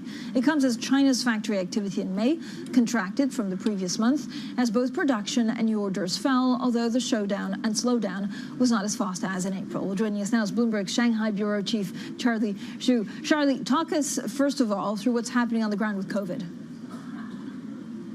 Today is a really special day for Shanghai people. The 2-month lockdown has finally been lifted. It's a big move, for the government here. It's for the first time in about 2 months. Most residents are allowed to leave their residence and move freely around the city. I just came back from a trip in the shopping district on the other side of the city. saw a lot of people, shoppers, and also traffic on the street, crowds in malls and the subway. It feels a bit surreal after such a long time of the confinement. Anyway, I think the general feeling is Shanghai is slowly coming back to life. Some curves are still, remaining, but there's so for example, there's capacity limit for some malls, for example, but things are slowly coming back. So, Charlie, what's the latest on business resumption, and what does Shanghai reopening mean for the broader economy? People can return, to return to work. You just need to, have a negative PCR test result, valid, done. The test must be done within the past 72 hours. If the test result is negative, you can go back to office to work. And we heard from traders and bankers, fund managers, they are, gradually returning to the office. Not all of them overnight, but, they are going back to their office. And of course, some companies are, told us they still can't fully restart the operations despite the easing because of, supply chain issues. After all, there's been disruption to supply chain production, for 2 months. It takes time to repair. Yeah. For the economy, I think, there's a lot of uncertainties because, the Omicron risk is still there. If there's an outbreak, there'll be more, economically, disruptive lockdowns. Yeah, and we're speaking actually to the chair of the British Chamber of Commerce in Shanghai, who's saying there's also a lot of international foreigners, of course, that are leaving the country. Thank you so much. Our Bloomberg Shanghai Bureau Chief, Charlie Zhu. Now let's get straight to the Bloomberg Business Flash with Leanne Gerrans. Hi, Leanne. Hi, Francine. DW's Group says CEO Asoka Verman has resigned and will be replaced by the head of Deutsche Bank's corporate bank, Stefan Hoops. Verman's resignation comes just hours after Frankfurt police raided the headquarters of Deutsche Bank and DWS, which is the lender's asset management unit. Prosecutors say the search was related to allegations that DWS was inflating its ESG credentials. DWS says it is cooperating fully with authorities. Now, Singapore Airlines says it is committing to a strategy of working with international partners and operating overseas hubs after COVID exposed the financial dangers of not having a domestic aviation market. The CEO, Goh Chun Pong, told us exclusively that the airline is open to opportunities and will elevate potential synergies. From day one, Singapore Airlines do not have a domestic market, and we compete internationally with the best out there throughout these 75 years. What happened is that we became extremely good at international competition in terms of our product leadership, service excellence, and our network connectivity. And finally, Bloomberg has learned that HSBC is offering its UK staff the chance to lease electric vehicles using their pre-tax paychecks. Sources say all of its 3,500 employees in the country are eligible for the perk. They can choose between a 2- and 4-year lease and may buy the car from HSBC at the end of the contract. And that's your Bloomberg Business Flash. Francine. Leanne, thanks so much. Leanne Gerrans there. A lot of people in the newsroom would love a Tesla. Now, Russia has long acted as a global commodity supermarket. Today's Big Take says that even with some countries now halting energy purchases, Russia's oil and gas revenue will be about $285 billion this year. Now, meanwhile, the rally in oil prices fizzled after a report that OPEC members are exploring the idea of exempting Russia from its production deal. Grain futures also plummeting as prospects for food exports from Ukraine improve. Well, joining us now for more is Bloomberg's oil strategist, Julian Lee. Julian, great job, of course, on this Big Take. We have this Big Take story about how Russia continues to make billions off commodities. Is that something that sanctions could actually change, or no? I think sanctions can have an impact, and I had a very small part to play in that story. Sanctions can have an impact. They're not going to send Russia's earnings to zero, and nobody should expect them to do that. But they are going to have an impact, and the self-sanctioning that has been going on has already been having an impact. Russia is getting a lot less for every barrel of oil that it sells than it was even at the beginning of the year. It's certainly getting a lot less than the sort of headline Brent prices that we see would suggest. Its own figures show that it's in between sort of mid-April and mid-May, the discounts that it was having to offer were close to $35 a barrel on average. So sanctions and self-sanctioning has had an impact. The moves that the EU has just passed will have a bigger impact, but they won't reduce it to zero or anything close. So, Julian, how do China and India actually play in this picture of funding Putin's war? Well, one of the things that we have seen is a big shift in the movement of crude oil that comes out of Russia's western export terminals. These are ports on the Baltic Sea, the Black Sea, and in the Arctic. Traditionally, those have stayed very local. The Baltic and Arctic shipments have largely gone to Northwest Europe. The Black Sea shipments have either stayed within the Black Sea or gone to refineries in the Mediterranean. We're seeing many, many more barrels moving from those ports now, particularly to India. In the east, we're seeing China taking barrels that previously went to Japan or South Korea and the United States. So we are seeing those movements, but they're much, much more expensive to do because the journeys are much longer. Yeah, more expensive journey. And then, of course, if it comes to gas, it's almost impossible to transport it by cargo. Julian, also, what moves will we expect, or do you expect, from OPEC Plus and that meeting later on? What does it mean if they exempt Russia from their production deals?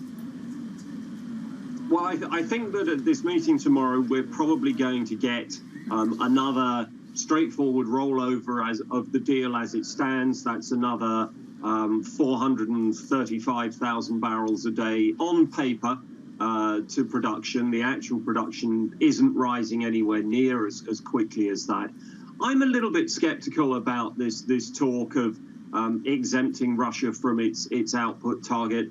I don't see it having any big impact. Russia's production isn't limited now by its OPEC Plus target. It's limited by the impact of sanctions, both on exports and on oil-filled equipment. So I don't think it has any impact on Russia's production if it happens.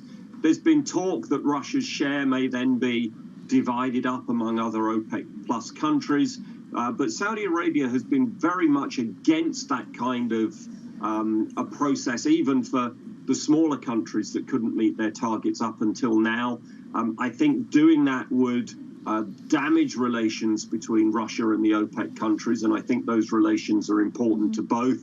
And then I think there are questions that even if Russia's target is shared out, who has the spare capacity to pump those barrels? And I'm not sure that there is a significant amount of spare capacity. If you look at Saudi Arabia, they are pumping now almost as much as they have pumped at any time in the past outside of the production free-for-all in 2020. Julian, thanks so much. As always, Julian Lee, there are Bloomberg oil strategists, and I urge everyone also to go online on social media or on the Bloomberg terminal to check out our big take. Coming up, as inflation soars across much of the world, politicians, of course, are grappling with growing public anger. We have more on the political fallout from rising prices. That's coming up next, and this is Bloomberg.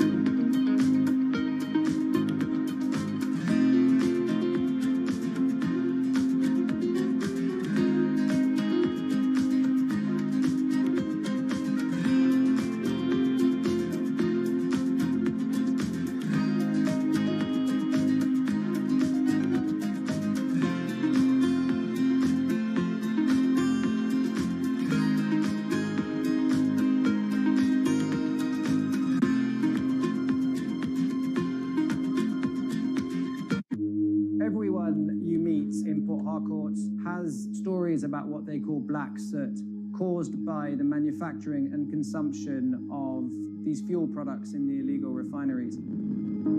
Oil theft, known as bunkering, and the refining of its spoils is worsening the damage from decades of fossil fuel exploitation, creating one of the world's most severe ecological disasters.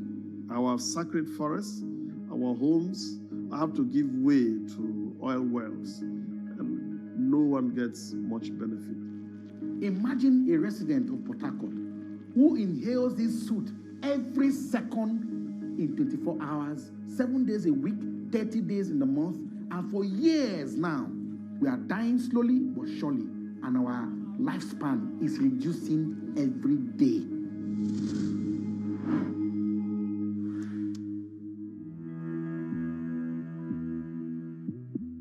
Bloomberg has enhanced search on the terminal to deliver what you need when you need it. Now, you can simply type phrases in everyday English in the command line. Compare financials. Find people. Analyze markets. You can enter phrases or ask questions. What do you want to know today? Ask a question or visit SearchGo to find answers now. It's really a reminder, isn't it, just how sensitive the markets are to any commentary about trade. We did see some pressure on the yuan, we did see some pressure on the futures. That is now being reversed.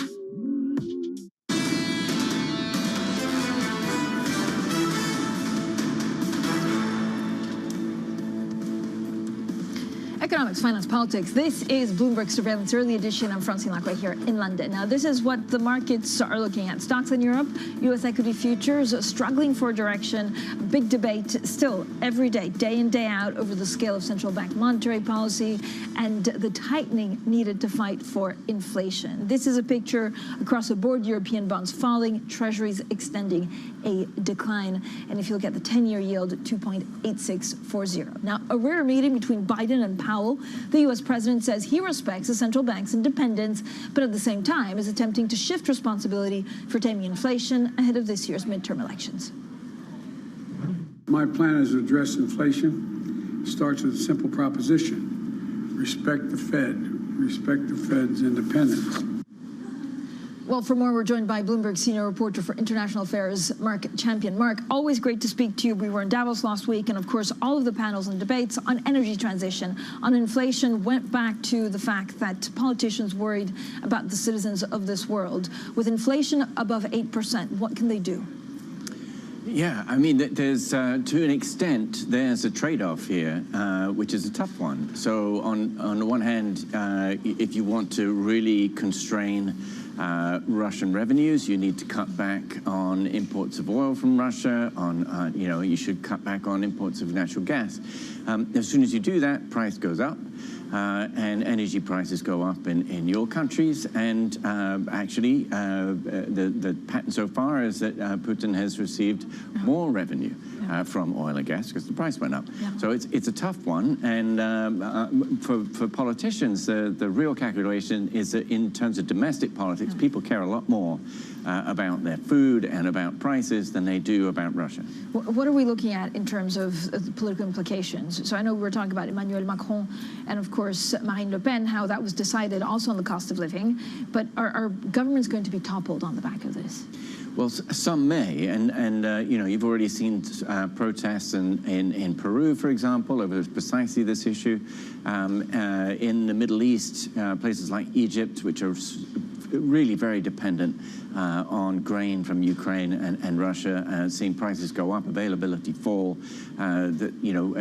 Remember also that the Arab Spring was sparked largely about food prices at the time. As soon as you throw this kind of real shock, price shock into the equation, then it's hard to predict exactly where or what the political fallout will be, but there will be fallout. Yeah, and this is, I imagine, in especially parts and countries where they're most dependent on the price of wheat and grain. Absolutely, and you've got more than 50 countries where who get more than 30% of their grains from Russia and Ukraine. So that's very significant. And this is not really about inequality. I mean, it's an inequality in certain countries, but there's something much deeper. If people can't eat, then it's unclear how these populations will also shift. Absolutely. I mean, this is visceral. Food prices are visceral, and politicians know this very well. Mark, as always, thank you so much for great reporting and, of course, bringing us this very important story, our Mark Champion. Now, Bloomberg Surveillance Early Edition continues in the next hour. Matt Miller and Kay Lyons will be in New York, and Edwards here in London. They'll spend a good amount of time, of course, looking at the markets. If you look at the Euro Stoxx 600, they surrendered some of the gains that we saw in the earlier part of the trading day. Investors assessing cheaper valuations against a record jump in Eurozone consumer prices. And then if you look at some of the individual moves, Dr. Margins, they surged after a pre-tax profit actually beat estimates. Some of the other things we need to watch out for is, of course, the future of OPEC Plus and unity there as ministers from the group prepare to meet tomorrow. This is Bloomberg.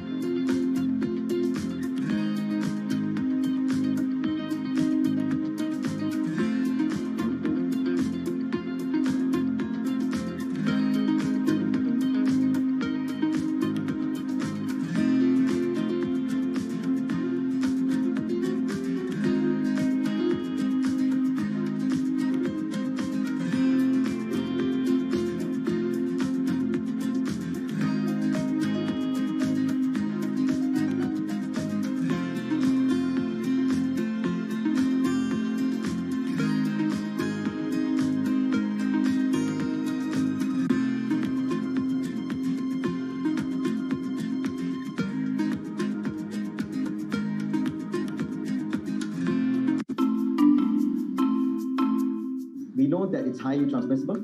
We know that 2 doses of vaccines, Pfizer vaccines specifically, neutralize the virus, but not as efficiently because various studies showing that reduction up to 40-fold, meaning that a 3rd dose is a must for it to successfully neutralize the variant.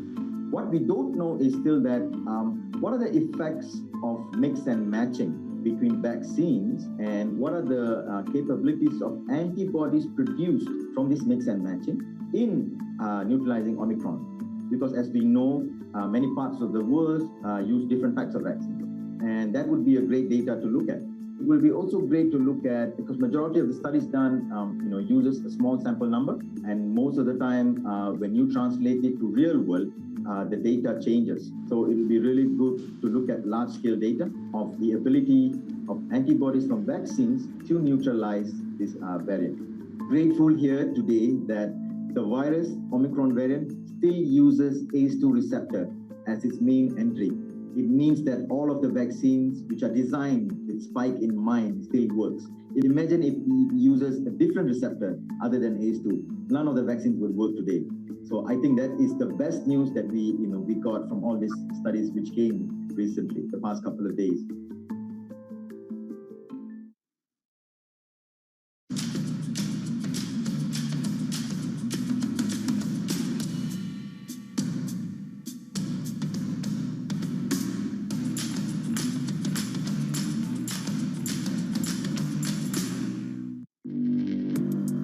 Access the financial world on demand. Hear from leading economists, policymakers, and industry experts via live and on-demand webinars, only from Bloomberg. Start exploring to see what's moving the markets. Visit Bloomberg.com/webinars. However you get your news. This is Bloomberg Daybreak with Lee. On Bloomberg Radio. Welcome to Daybreak Australia. This is Bloomberg Technology. This is Bloomberg Green. On TV, radio, and the web, this is Bloomberg. We're in an environment now which is very different to the one we've seen in the last couple of decades. This inflation is really coming from everywhere. I think it's too early to call the peak level of inflation. I know the market is very anxious to call peak prices. We got to get back to the table and sit there and almost make a war plan. How do we want to address energy problems? How do we want to address food problems? The Biden administration has a very real problem here. They've got to get inflation down to a more comfortable 3%. This is Bloomberg Surveillance, Early Edition, with Anna Edwards, Matt Miller, and Kaylee Lines. It's 10 a.m. in London, 5 a.m. in New York, and 5 p.m. in Hong Kong on this Wednesday, June 1st. Our top stories today. A surprise admission from Janet Yellen. The U.S. Treasury Secretary says she got it wrong on inflation and blames unexpected shocks to the economy and supply bottlenecks. The price of oil is rising. Investors are assessing a report that OPEC members may suspend Russia from its production deal. And a shake-up at Deutsche Bank's asset manager. The CEO of DWS Group resigned hours after a police raid over so-called greenwashing. Welcome to Bloomberg Surveillance Early Edition. I'm Anna Edwards in London with Matt Miller and Kaylee Lines over in New York. Kaylee, good morning. And a lot of political talk, a lot of political conversation around inflation. Janet Yellen saying that she thinks she got it wrong. Well, let's face it, she'd be in good company because so did many people.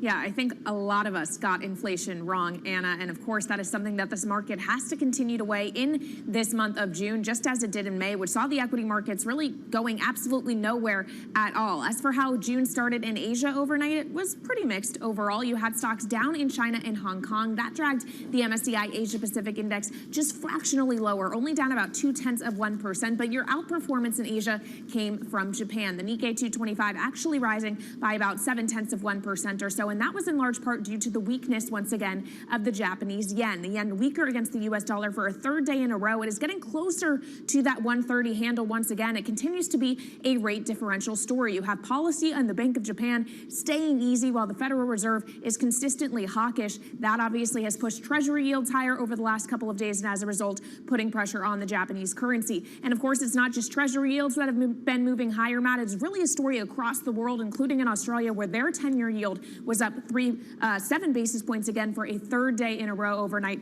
It's now trading right around the 342 level, Matt.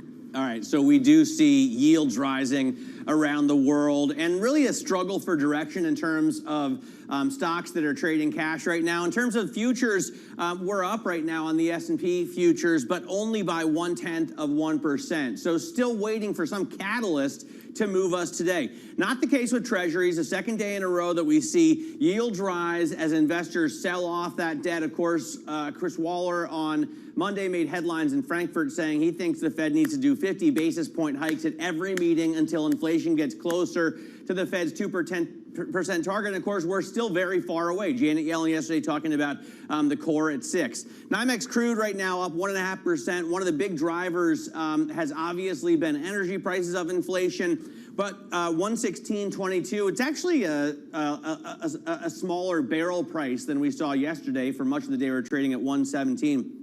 And Bitcoin right now down 0.5%, but still up over 31,000. Remember, this measures the change in price since midnight. And yesterday at this time, we were looking at 31,600 as well. So still stuck at that level, just a little bit higher than we had been over the past few weeks. Anna, what do you see in Europe? Yeah, struggling for direction here then, Matt. You mentioned it. You said that we were struggling for direction in cash markets, and that seems to be what we're experiencing here in European equities. The end of May, or towards the end of May, last week certainly, ending in decent form, appetite for risk assets, but not sure whether that has more to go here this week or whether we take a leg down further from here. And that seems to have caught us in sort of limbo here. UK market is down by 0.2%. The German market, the French market up by 0.3% this morning. And really it's the sector weightings that are driving that. Let's have a look at where we are on one of those sectors. This is what weighs on London today, down by 1.6% on basic resource stocks on the mining sector. Sticking with commodities, this is Brent crude. This is the August price versus the close of the August price yesterday. So looking at that particular contract for you, 1.4% higher. So just in keeping with what Matt was saying there about the higher energy prices, the higher Brent crude price. Zalando is in focus, the German online fashion retailer, down by 4.8%. A couple of brokers downgrading their guidance or their estimates when it comes to Zalando, and so that's weighing on the stock. And I put in Dr. Martens, the maker of iconic boots, Kaylee. The stock is up by 28% today. They've guided higher. They've said they've got pricing power. They can pass on higher costs to consumers. I don't think it has anything to do with the fact the Sex Pistols song, God Save the Queen, they are big wearers, of course, of Dr. Martens, is vying for the #1 chart position as we head towards the long I think you're dating Jubilee yourself. weekend. I'm not sure Kaylee knows who the Sex I am Pistols dating myself. were. I'm not sure she does, but she I'm knows shocked what that Doc the kids Martens are wearing Doc Martens again, right? I mean, I threw out my last pair 25, 30 years ago, and now they're back. Vintage. Yeah. Everything comes back around, just like bell-bottom pants. Skinny jeans are out, if you haven't heard. All right, now let's take a look at what else is ahead today, other than some fashion commentary here on Early Edition. There is a lot going on, including ECB Governing Council member Klaus Knott speaking at the Bank of International Settlements Green Swan Conference. PBOC Governor Yi Gang, ECB President Christine Lagarde, and other central bankers also will be speaking. Plus, GameStop reports its earnings results at 4 p.m. New York time. And then finally, on the front of the Federal Reserve, it is set to finally start shrinking its almost $9 trillion balance sheet later on today. Plus, the central bank's beige book is released at 2 p.m. New York time, Matt. All right, so we will watch out for that data. But let's talk about President Biden. A number of news items coming out of the White House yesterday. He used a fairly rare meeting with Fed Chair Jerome Powell to highlight the central bank's independence and kind of pass the buck to them in terms of responsibility for inflation. My plan is to address inflation. It starts with a simple proposition. Respect the Fed. Respect the Fed's independence. They have a laser focus on addressing inflation, just like I am. And with a larger complement of board members now confirmed, I know we'll use those tools in monetary policy to address the rising prices for the American people. Treasury Secretary Janet Yellen was also in attendance. She admitted she underestimated inflation risks last year. A little late, but I guess it's still worth something. And in an interview with CNN, she said, quote, "I was wrong about the path inflation would take. There have been unanticipated and large shocks to the economy." Bloomberg's Washington correspondent Anne-Marie Horton joining us now from Washington, D.C. So, Anne-Marie, what do we make of the president's meetings yesterday? Well, I guess who you ask, but one thing is certain, Matt, and that's that the president wanted to make clear, and then his deputies out on a lot of cable networks, Brian Deese in the briefing room, really wanted to stress this point that the president respects the Fed and wants it to be an independent Fed. So in that sense, as you say, he's almost passing the buck over to Fed Chair Jay Powell. This is in the Fed's realm to deal with inflation. And that the president is saying, first and foremost, it is their job. The administration's also talking about a number of other measures. We've seen them talk about, of course, over the past year, really. They're just now tainting it or putting in a little bit of a tainted frame when it comes to inflation, talking about how they can get costs down for American families, whether or not that's tax incentives for climate initiatives to maybe reduce energy off of fossil fuels or bringing down prescription drugs. But you're going to see a concerted effort from this White House and the administration over the month of June to talk about the economy. One, the robust recovery, but then also how they are dealing with inflation. Because this is something that is really battering Biden in the polls, is on top of mind of everyday Americans. I guess he was saying, though, yesterday, he's saying, I'm going to deal with inflation by letting the Fed deal with it. And he also kind of said there's not much we can do about guns. It seems like a lot of these messages out of the Oval Office are, we can't really do very much.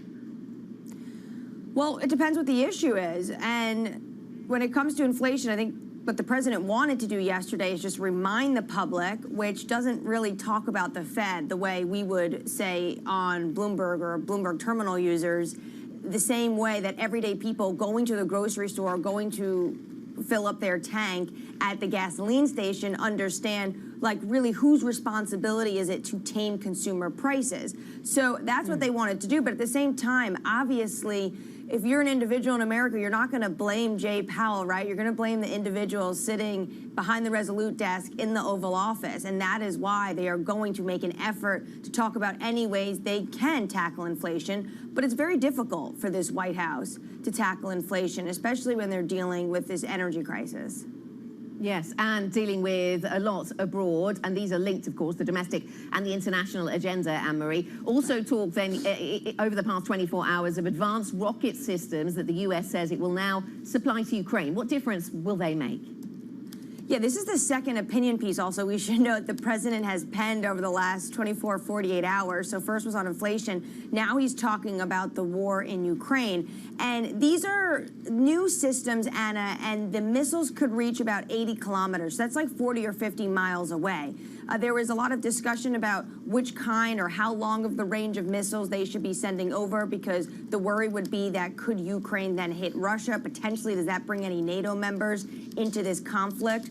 The U.S. says they have assurances from Ukrainian government that they would not be using it to target Russian land, but they are sending these missiles. And the president, writing in the New York Times, said what they want is an end to this conflict. That means a negotiation at a table. That means a peace deal. But negotiations are always reflected on what's going on the battlefield, and they felt it was necessary to send these types of missiles. We're going to get more details on that today. It's another tranche of assistance, about $700 billion worth. All right, Bloomberg's Anne-Marie Horder in Washington for us. Thank you so much. Million dollars, excuse me. Important correction, Anne-Marie, thank you. On the subject of Russia, investors are also weighing the future of OPEC Plus and that alliance that Russia is, of course, for now a part of, just as ministers from the group prepare for their routine meeting on Thursday. According to the Wall Street Journal, OPEC Plus members are exploring the idea of suspending Russia from its oil production deal. Let's get more on the upcoming meeting with Paul Wallace, who leads our Middle East energy and commodities coverage. So, Paul, how big of a blow would it be to Russia and Vladimir Putin himself if Saudi Arabia and the other members did cut them out and increase production faster? I think that would be a very big blow for Russia and for Vladimir Putin personally, if there was some kind of breakup at OPEC Plus, or there was a change in the agreement that allowed Saudi Arabia, the UAE, and perhaps some other Gulf OPEC members to increase production. Russia has consistently said that OPEC Plus must stay together, that it's a force for good in oil markets. And that's something that the Saudis and the Emiratis and other OPEC members have also been saying. So if that changed and let's say Saudi Arabia did increase production significantly, that would in essence be Saudi Arabia ditching Russia and moving even further into the U.S. and the Western camp, and that's certainly not something that Putin or the Russian government would want. Paul, thanks so much. Paul Wallace there from Bloomberg News talking to us about the possibility of OPEC Plus becoming just simply OPEC again. Now let's get to Germany. Deutsche Bank has replaced the CEO of its DWS group. This just hours after the police raided the asset manager amid allegations of greenwashing. Let's get more with Steve Ahrens, Bloomberg banking reporter in Frankfurt. So, Stephen, why did the CEO step down? What are these greenwashing allegations, and who's going to replace him? So, hey, Matt, the CEO, the former CEO now, I guess, Ahsoka Berman, decided to resign after this raid. There were police officers and law enforcement officials entering the building over evidence that DWS has overstated publicly just how much of sustainability factors they're putting into their investment decisions, which would be misleading investors. These allegations have been swirling for months, almost a year now, and they've always been a cloud over his head. He now had to draw a line. Deutsche Bank was pressuring him, and the new guy now, Stefan Hopes, is a close confidant of Deutsche Bank CEO Christian Sewing. He's been running the what's called the corporate bank in the business. He's actually a trained trader, and he's now going to have to run the asset manager. Okay, so new leadership at the asset manager, and of course DWS is the asset management arm of Deutsche Bank, Stephen. So what does this mean for the parent company? It means they have now another big legal cloud over their heads, right? I mean, prosecutors raiding a unit is definitely something that they can't use at this moment. Deutsche Bank is in the throes of a turnaround. They've been restructuring the bank for years now. They're now on a way to achieve a really good profit this year. And this is something that now casts a shadow over that track record of Deutsche Bank CEO Sewing himself, because he was the guy who appointed Berman back in 2018. It's something you can't need at this moment. All right, Bloomberg's Steve Ahrens, thank you so much. Now let's get back to the U.S. and take a look at some stocks moving in pre-market trading here that we're following. One big mover to the upside is Salesforce. It actually reported after the bell yesterday, raised its profit forecast, showing that demand remains pretty strong for the business software. That stock is up about 8.4% in early hours as a result. Another stock that is moving higher is AMC. It's riding the high of Top Gun Maverick, which did incredibly well in its opening Memorial Day weekend here in the U.S., actually a record Memorial Day for any movie. So AMC is benefiting from the phenomenon of Tom Cruise and those jets, up nearly 2% in early hours. One stock that is moving lower, though, that we should keep an eye on today is ChargePoint. This operates an EV charging network. It posted a wider first quarter loss than expected. Also, gross margins contracted, that together taking the stock down about 3.8% before the bell, Anna. Lots to watch then at the start of trade. Coming up on this program, Skylar Montgomery-Koenig, TS Lombard Senior Global Macro Strategist. We will talk to her about everything influencing markets right now. What does she make of quantitative tightening? What's the big risk point for markets as the Fed embraces that from today? Christian Horner also joins us, Red Bull Racing CEO.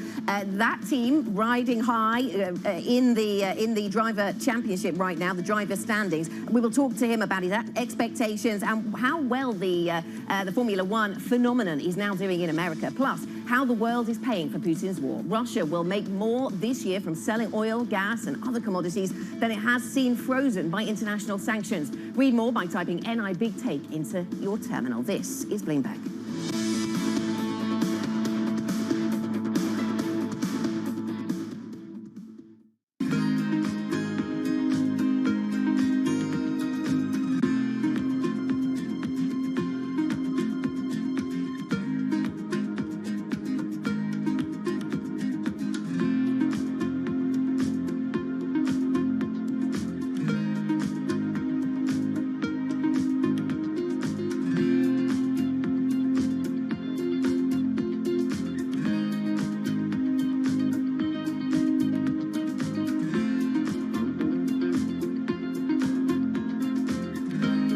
Companies now, they're getting hundreds, maybe even thousands of applications. So software has come in to automate the process. You want to write your resume for robots, not for humans. The only job your resume has is to be comprehensible to the software that is reading it, because that software or robot is going to decide whether or not a human ever gets their eyes on it. These things are programmed by a certain segment of the population that might not be totally inclusive or not be fully aware. Concerns about how this technology could exacerbate discrimination. For the FTC, I think foremost, the FTC needs to be making sure that we're fully understanding this technology. We don't trust companies to self-regulate when it comes to pollution. We don't trust them to self-regulate when it comes to workplace comp. Why on earth would we trust them to self-regulate AI?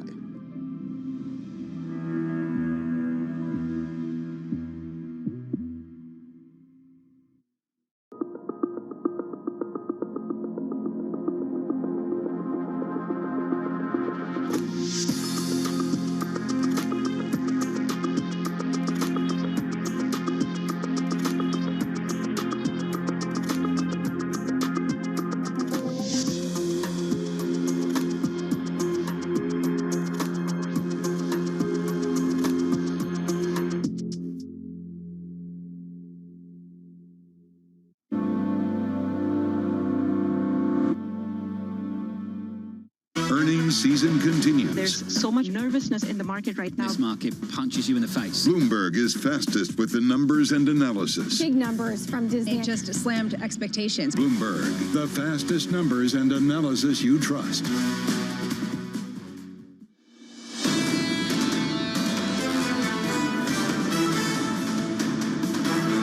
Welcome back to Bloomberg Surveillance. This is the early edition. We are simulcast on both Bloomberg Radio and Bloomberg Television. I'm Matt Miller here in New York with Kaylee Lyons, Anna Edwards with us out of London. Now we're watching a continued rise in the price of oil as we all worry about the inflation that it's causing, but we may have seen a peak, at least according to two-year break-evens. I've got here a chart of U.S. and German two-year break-evens, which have rolled over in the past couple of months, coming down from their peaks. Now, oil continues to rise, but if you look at the charts going back, it's been lagging the break-evens. So maybe it's time for oil to peak as well. Noor Al-Ali joins us, Bloomberg Markets Live editor out of London. So Noor, what do we think? Is this it? Have we reached the apex?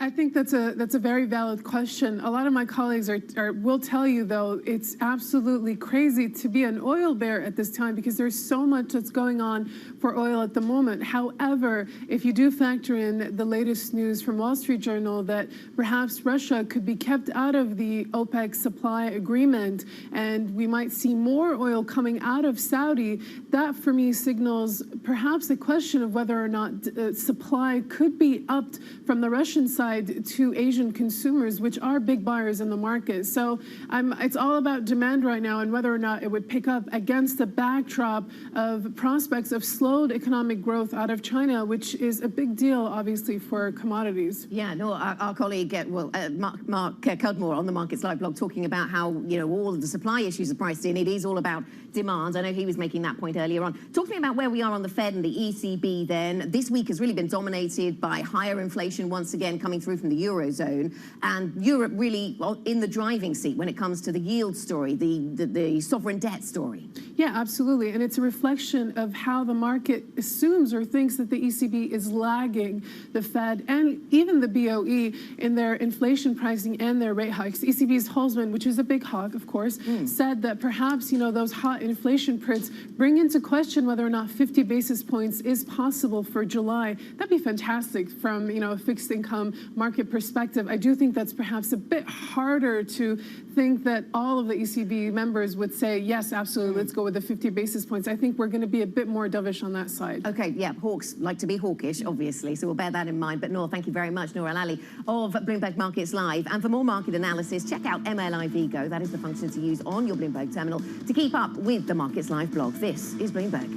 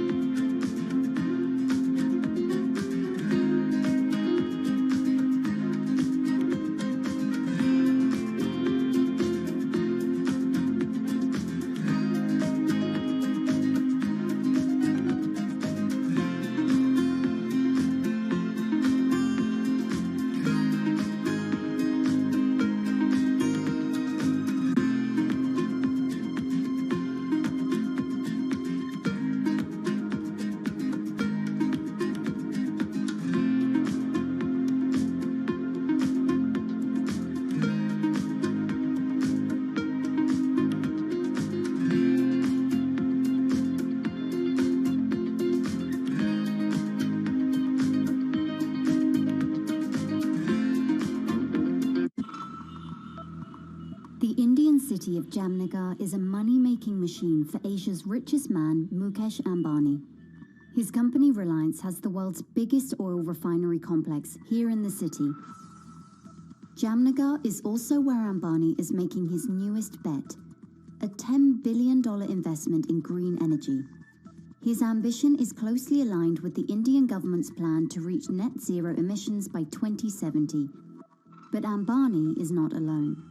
India's second richest man, Gautam Adani, has committed $20 billion of investment over the next decade.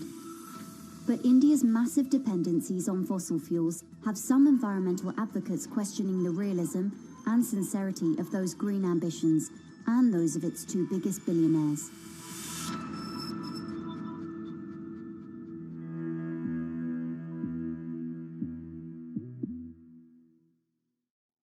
Lots happening on Wall Street. It's the basic law of economics. It validated what the market was already pricing. Need to catch up? This is Bloomberg Wall Street Week. I'm David Weston. We've got the information and insights. David, you just hit the nail right on the head. From businesses most influential and instrumental. And that's the way you run good risk management. It's a challenging dynamic. We could continue to see that kind of strength. Bloomberg Wall Street Week premieres Friday with replays all weekend on Bloomberg Television and Radio.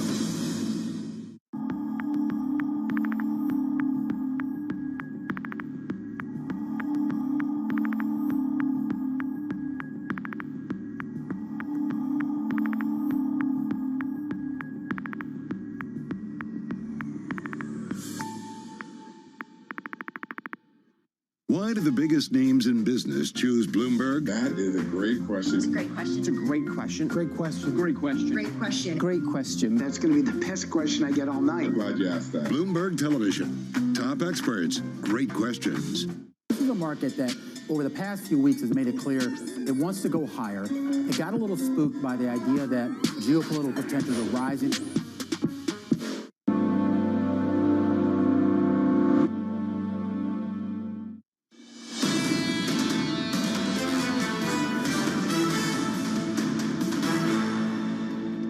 Welcome back to Bloomberg Surveillance Early Edition. Now keeping you up to date with news from around the world, here's the first word. China is planning for years of COVID-0 with testing sites on almost every corner.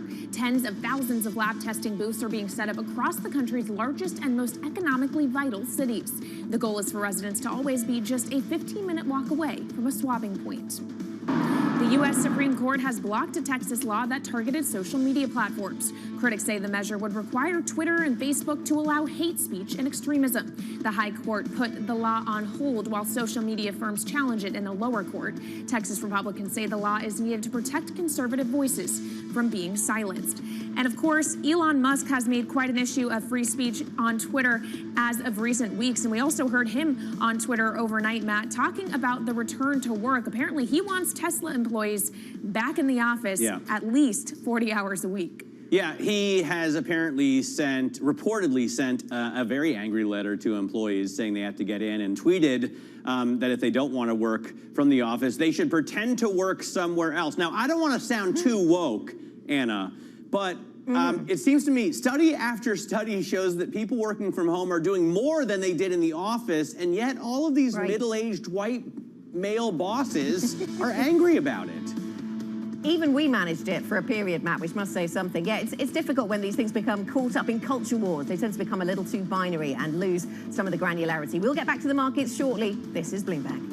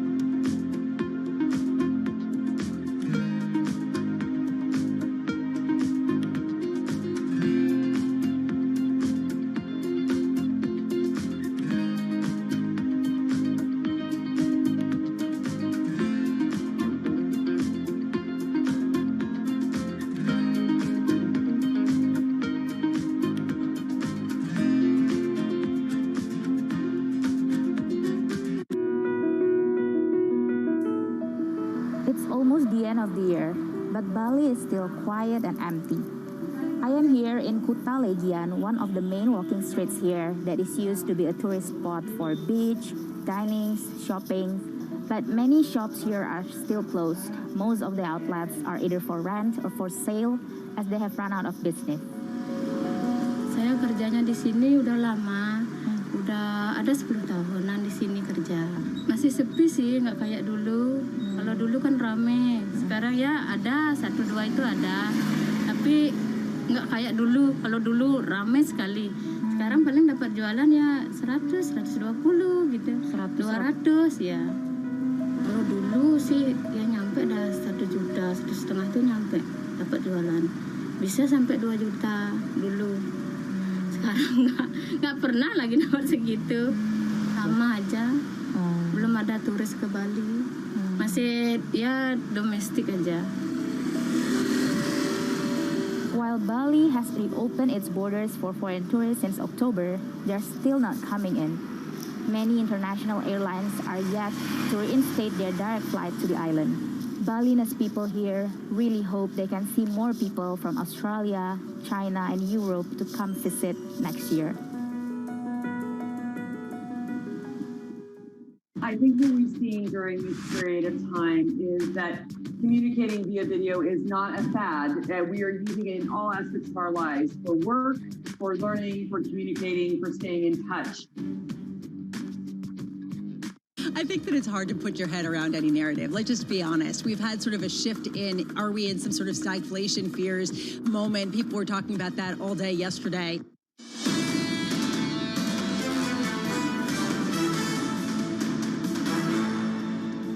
This is Bloomberg Surveillance Early Edition. Here's what you need to know. A surprise admission from Janet Yellen. The U.S. Treasury Secretary says she got it wrong on inflation and blames unexpected shocks to the economy and supply bottlenecks. Last year, Yellen predicted that elevated inflation wouldn't pose a continuing problem.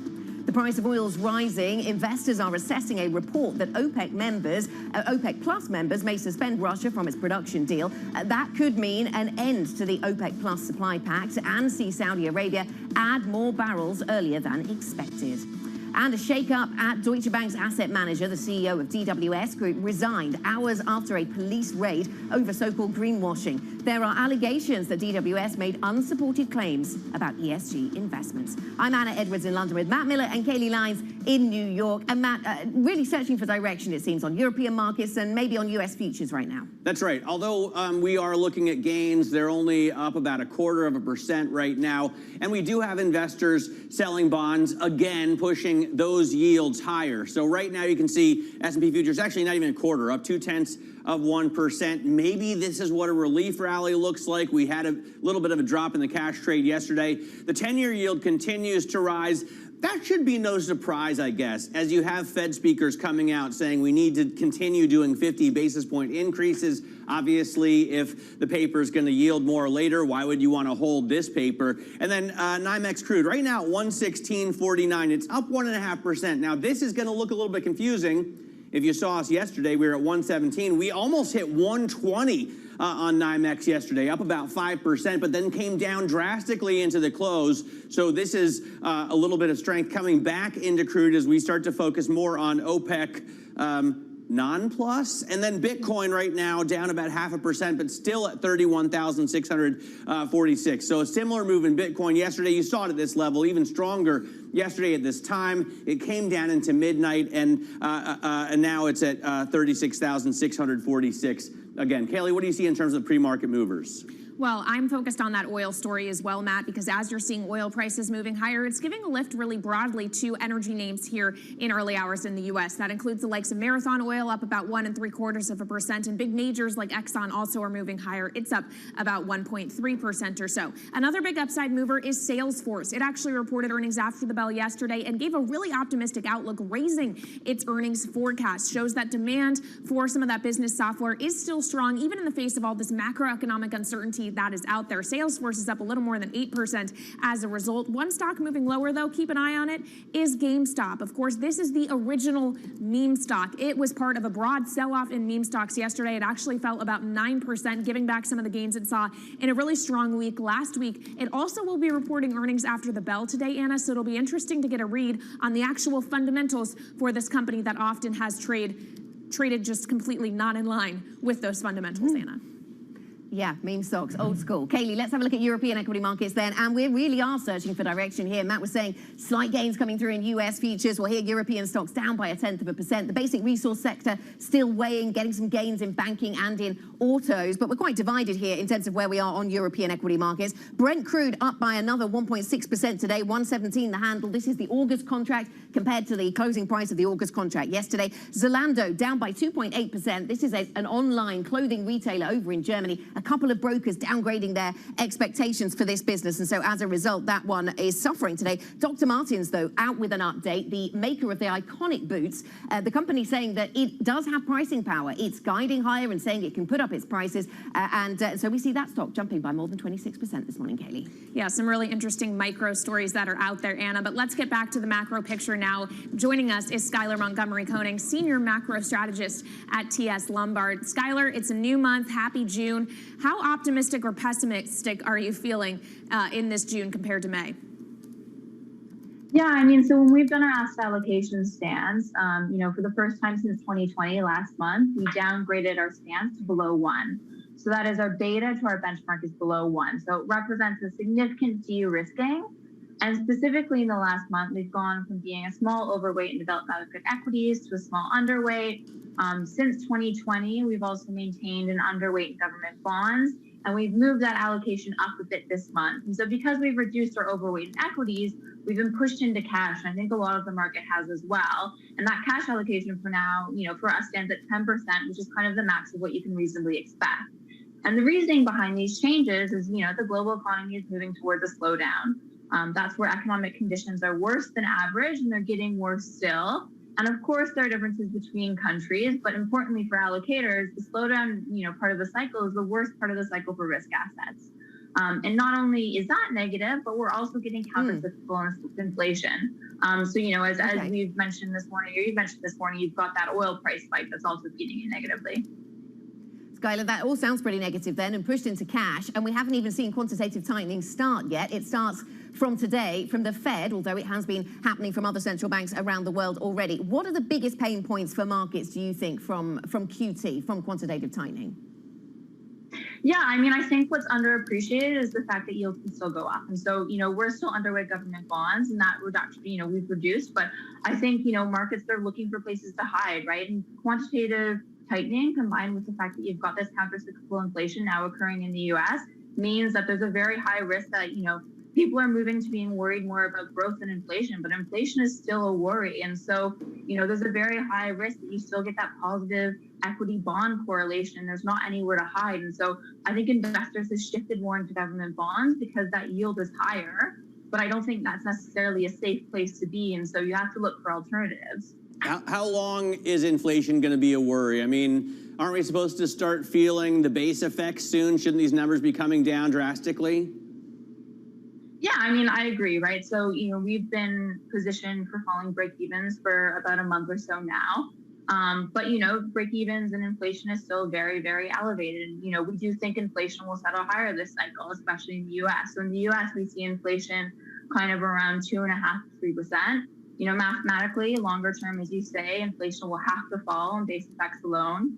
The rapid rise in commodity prices, it's a shock, but it's a shock. So for that to feed continuously into inflation, you need commodity prices to continuously rise to that degree. That will feed up eventually, as well as China lockdowns, while it will continue. They're getting better at managing that.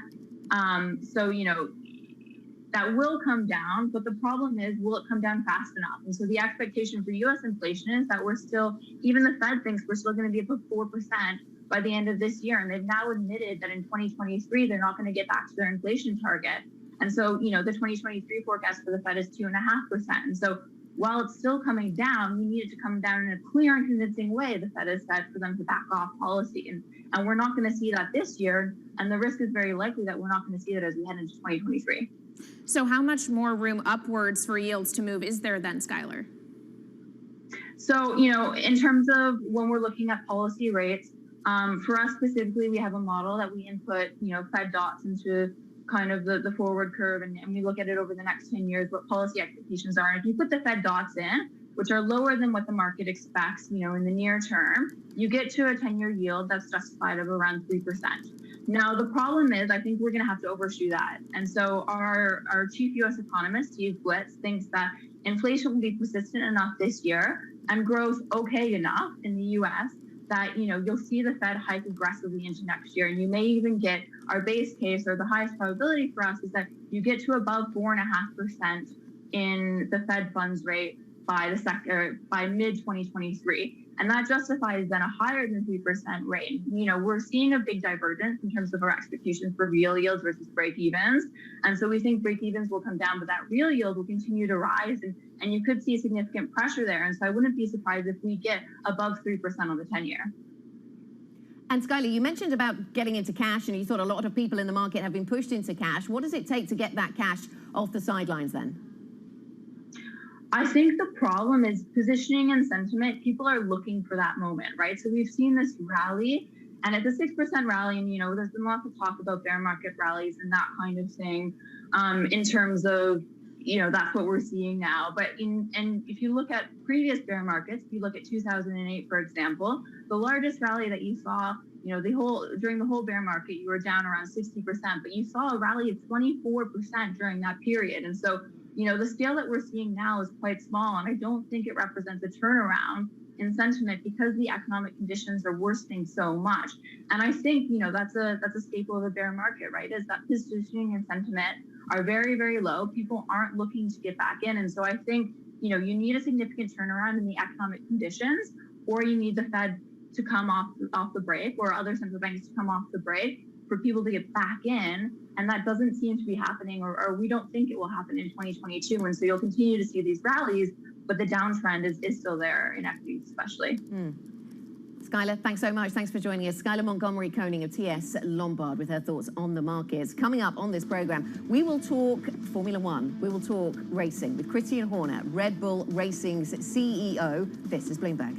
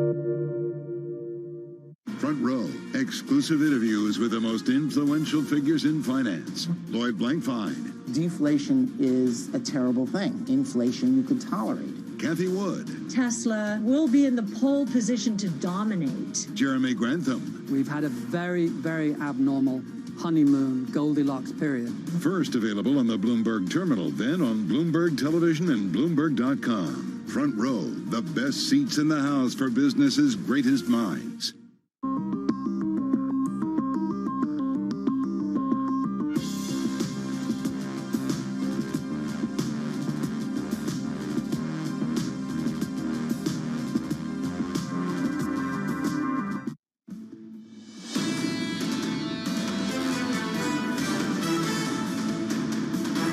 This is Bloomberg Surveillance Early Edition. I'm Matt Miller with Kaylee Lyons in New York and Anna Edwards in London. Now, last month, Formula One made a big push, an even bigger push, into the U.S. with the inaugural Miami Grand Prix. The U.S. has historically spurned the racing series in favor of NASCAR as well as other American sports, but now it's front and center after a Netflix documentary has fascinated Americans from coast to coast. Joining us now to talk about the future of what is, I think, otherwise the most watched league in the world is Christian Horner, CEO of Red Bull Racing. Christian, thanks so much for joining us. To what do you attribute this burgeoning popularity in America of what had previously just been a global obsession? Well, I think that, you know, the great thing is, you know, Formula One through the Netflix, you know, series, its Drive to Survive series, it's engaged, you know, America, and you know, the sport's always been great, but I think now it's been a great way of introducing people to the sport, explaining the sport, and getting to know some of the personalities, some of the challenges, you know, that go on in the business world as well behind the scenes.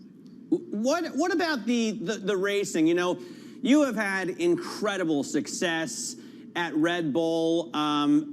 You've been doing this there for, I think, 15, 16 years, but I've heard you lament the loss of the V10 and V12 engines. Now that we get into these, you know, tiny little, I think, 1.6 liter hybrids, it seems like the racing has improved. Yeah, look, the racing's been fantastic. And I have to say, since Formula One was bought by the Liberty Media Group, the regulations that have been introduced to promote better racing have been, they're working. And we're seeing some great racing, some, the best drivers in the world going wheel to wheel at some of the most exciting circuits. And it's a fantastic competition. So it seems to be working. You won, of course, last year with Max Verstappen, the entire championship, and he's leading this year. Your other pilot, Checo Perez, has won probably the most iconic race in Formula One at Monaco. What do you think about your chances this year? Well, look, I think we've got a chance. There's been the biggest regulation change this year for 40 years. The team's done a great job in adapting to those regulations, and having achieved that world championship last year with Max, we're determined to defend it. And in Checo, we've got a driver that's growing in confidence. He's just won the Monaco Grand Prix 2 days ago. I think he's still recovering from that. But, we've got these two wonderful drivers that, we're taking on new challenges from Ferrari this year. Good morning to you, Christian. I wonder how you manage the rivalry within the team between these two great drivers. When you've got one in first position on the drivers the drivers' standings, and you've got one in third. I mean, how much of a challenge is that?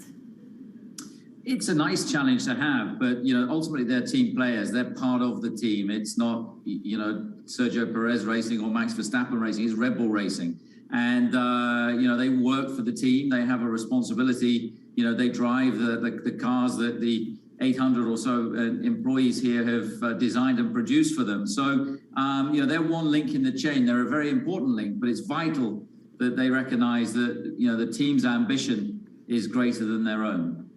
Let's talk about competition in a different way in the form of M&A in the F1 space. Christian, would you consider an offer from someone like Porsche or Audi? Well, I think it's fantastic that they're talking about coming into Formula One. It's iconic brands, particularly the Porsche brand, is particularly iconic. And of course, we're heading into a new chapter as we become power unit manufacturers.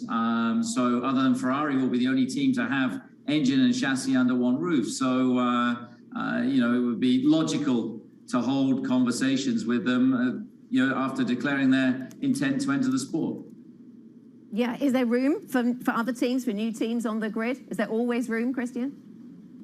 Well, I think we've got a 10-team system at the moment, and that works very well. So effectively, you've got 10 franchises involved in the sport, and I think you dilute that by introducing more teams into the sport. So I think until 2026, I can't see any new entrants coming in. It'll be a case of having to take on one of the existing franchises if a new party were to want to come into the sport. One of the great things that Porsche and Audi have is a ton of money, right? It's so expensive. You've even said that you're not sure all of the teams right now can compete because of the cost. They're prohibitive. Is that a problem?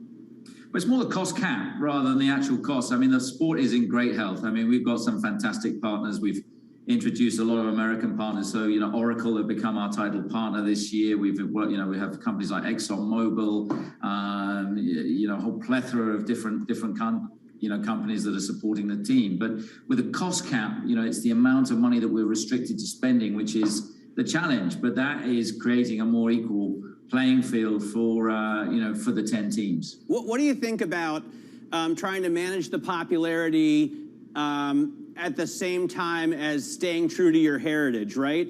There have been a lot of complaints that the track in Miami was not up to snuff in terms of quality, and there's a lot of talk about Monaco actually falling out of the schedule. I think it's always a matter of finding that balance, and each circuit has different characteristics. And Monaco is part of the DNA of Formula One. It's been there since the beginning. It's a little bit like Wimbledon is to tennis. And the Miami track, it produced a great race. It's probably not the most challenging of circuits for the drivers, but it's a 22 race championship, and it's a matter of being competitive across all of these different circuits, street circuits, permanent circuits, some of the iconic historic circuits as well. And that's part of the challenge of Formula One. Christian, thanks so much. Thanks for joining us here on Bloomberg TV. Christian Horner, the CEO of Red Bull Racing. Coming up throughout the month of June, our new special Bloomberg Equality takes a look at what equality means for the economy, for companies and for investors. Catch it every Thursday at 1 p.m. New York time. That's 6 p.m. in London. This is Bloomberg.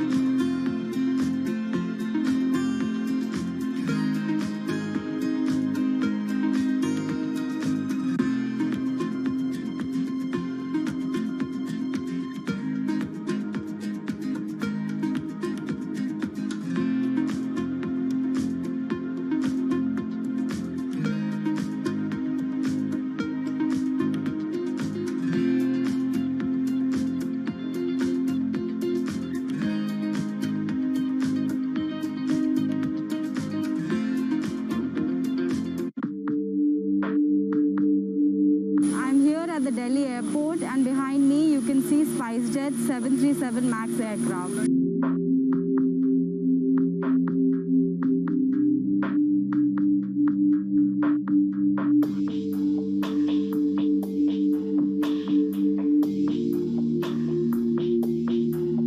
SpiceJet Chairman Ajay Singh earlier today said that Boeing is going to compensate SpiceJet in form of cash and aircraft.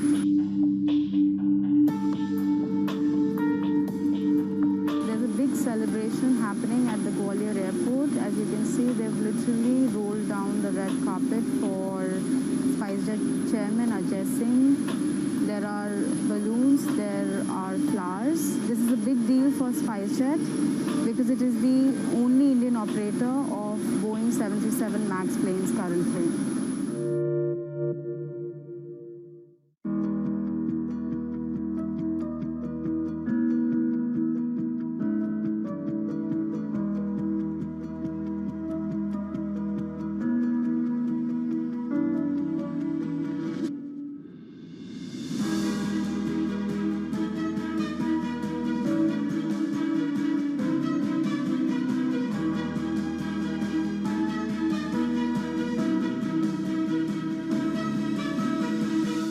It's really a reminder, isn't it, just how sensitive the markets are to any commentary about trade. We did see some pressure on the yuan, we did see some pressure on the futures. That is now being reversed.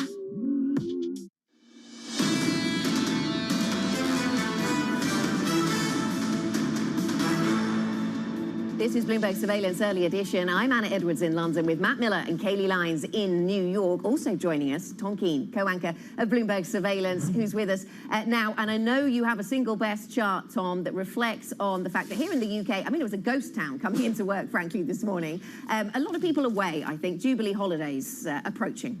Well, it's going to be interesting, Anna. And of course, I know, Anna, you're going on a special extended bank holiday weekend, is what they're calling it, for the Platinum Jubilee. Let's look at the state of the United Kingdom. Back to 1956. This is a really interesting story. I did not expect this chart. This is log per capita GDP, and the answer is slope matters, and there is a beautiful slope until the bank crisis of 2007, 2008. Things change. Yes, a little bit of a pandemic over by where we are now. But this is what has been given up in 15 years of economic growth, Anna, in your Britain. I really, it's very French-like, it's very Italian-like, and I really didn't expect it, but there it is. It is a changed United Kingdom. Tom, I'm excited about the program today. I was just looking over NLRT on my terminal, shows me all the alerts that I have. And the only people I have set up here are Matt Levine, Gary Schilling, Mohammed El-Arian, and Howard Marks. You've got Howard Marks on the program today. We're going to have Howard Marks, Lisa Bramwitz, in an extended conversation with Mr. Marks and State of the Market. on what value means today. Speaking of value, we'll get value from William Dudley, Bill Dudley, the former president of the New York Fed, and of course his comments after a meeting in the Oval Office yesterday and Chair Yellen, Secretary Yellen's discussion of inflation. Yep, she says she got it wrong last year. Tom Keene, co-anchor of Bloomberg Surveillance, thank you so much. Now, on the subject of the Fed, he was just talking about Bill Dudley. I am also watching the Fed today for a number of reasons. One being that QT is actually starting. We've talked so much about it, but until today, the Fed had not actually started rolling off that $9 trillion balance sheet, but that is what begins today. You're also going to get the Beige Book out of the Federal Reserve at 2 p.m. New York time. It, of course, reports on regional economic conditions, and we'll be getting more Fed speak today. New York Fed President John Williams and St. Louis Fed President Jim Bullard will be talking. So how much will they echo what we heard from Christopher Waller earlier this week about 50 basis point hikes until inflation is closer to 2%? And who knows how far away that is, Matt? Yeah, absolutely. So very important stuff to watch. I'm watching the work from home beat right now. You know, a few years ago, guys stopped wearing ties, ditched the jackets. I've noticed lately nobody shaves anymore, but now people just don't come to the office, and that makes Elon Musk really mad. It makes a lot of middle-aged white guys super angry, especially if they're bosses. And he's reportedly sent a note to his employees saying, if you don't come to one of Tesla's main offices for at least 40 hours a week, and satellite offices don't count, then go find a job somewhere else. He says they should pretend to work somewhere else, defending this on Twitter. The funny thing is that study after study shows that people who work from home actually put in more hours and dedicate more of their life to work, but bosses just don't want to believe it. It's hard to switch off, apparently. Yeah, I mean, Elon Musk with strong views. Who'd have thought it? Let me get to what I'm watching today, which is a couple of European political developments. I'm watching what's going on in Denmark. In Denmark, they are voting today. They're going to the polls to vote on joining the European Union's defence pact. So this is not NATO, but the defence pact that is part of EU membership. They have traditionally shunned deeper integration over in Denmark, and they have had an opt-out for this since 1993. So interesting to see whether what is happening in Ukraine brings them back into the fold there. Also watching Croatia. It's going to find out whether it's in good enough shape economically to become the Eurozone's 20th member. We will get the verdicts of the ECB and the European Commission today. That is it for early edition. Surveillance is right ahead. This is Bloomberg.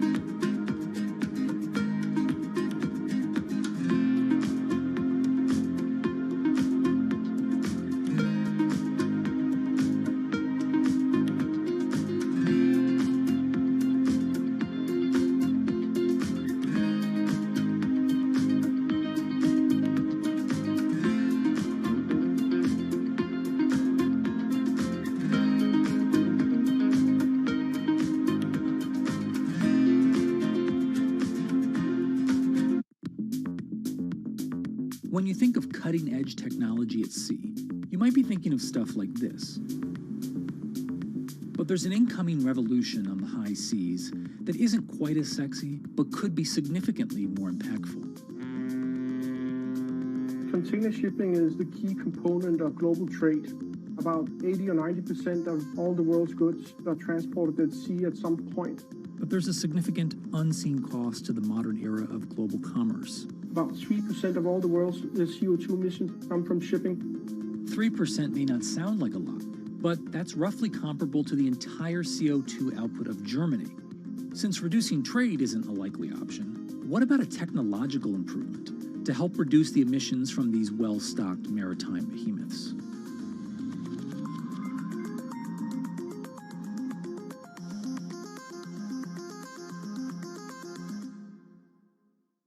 Bloomberg has enhanced search on the terminal to deliver what you need when you need it. Now, you can can simply type phrases in everyday English in the command line.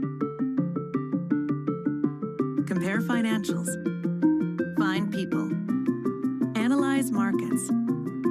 You can enter phrases or ask questions. What do you want to know today? Ask a question or visit SearchGo to find answers now.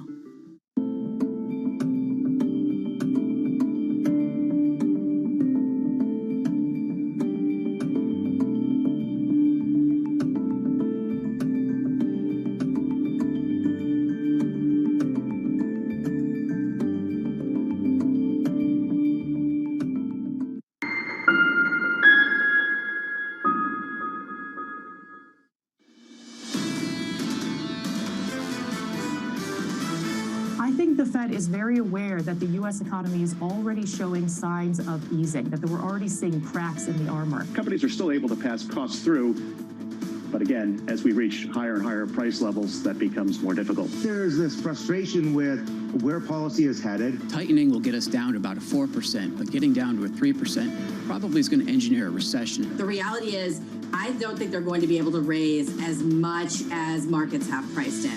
This is Bloomberg Surveillance with Tom Keene, Jonathan Farrow, and Lisa Abramowitz. Live from New York City for our audience worldwide. Good morning, good morning. This is Bloomberg Surveillance on TV and radio alongside Tom Keene and Lisa Abramowitz. I'm Jonathan Farrow. Futures just about positive, 0.1%. TK, goodbye May.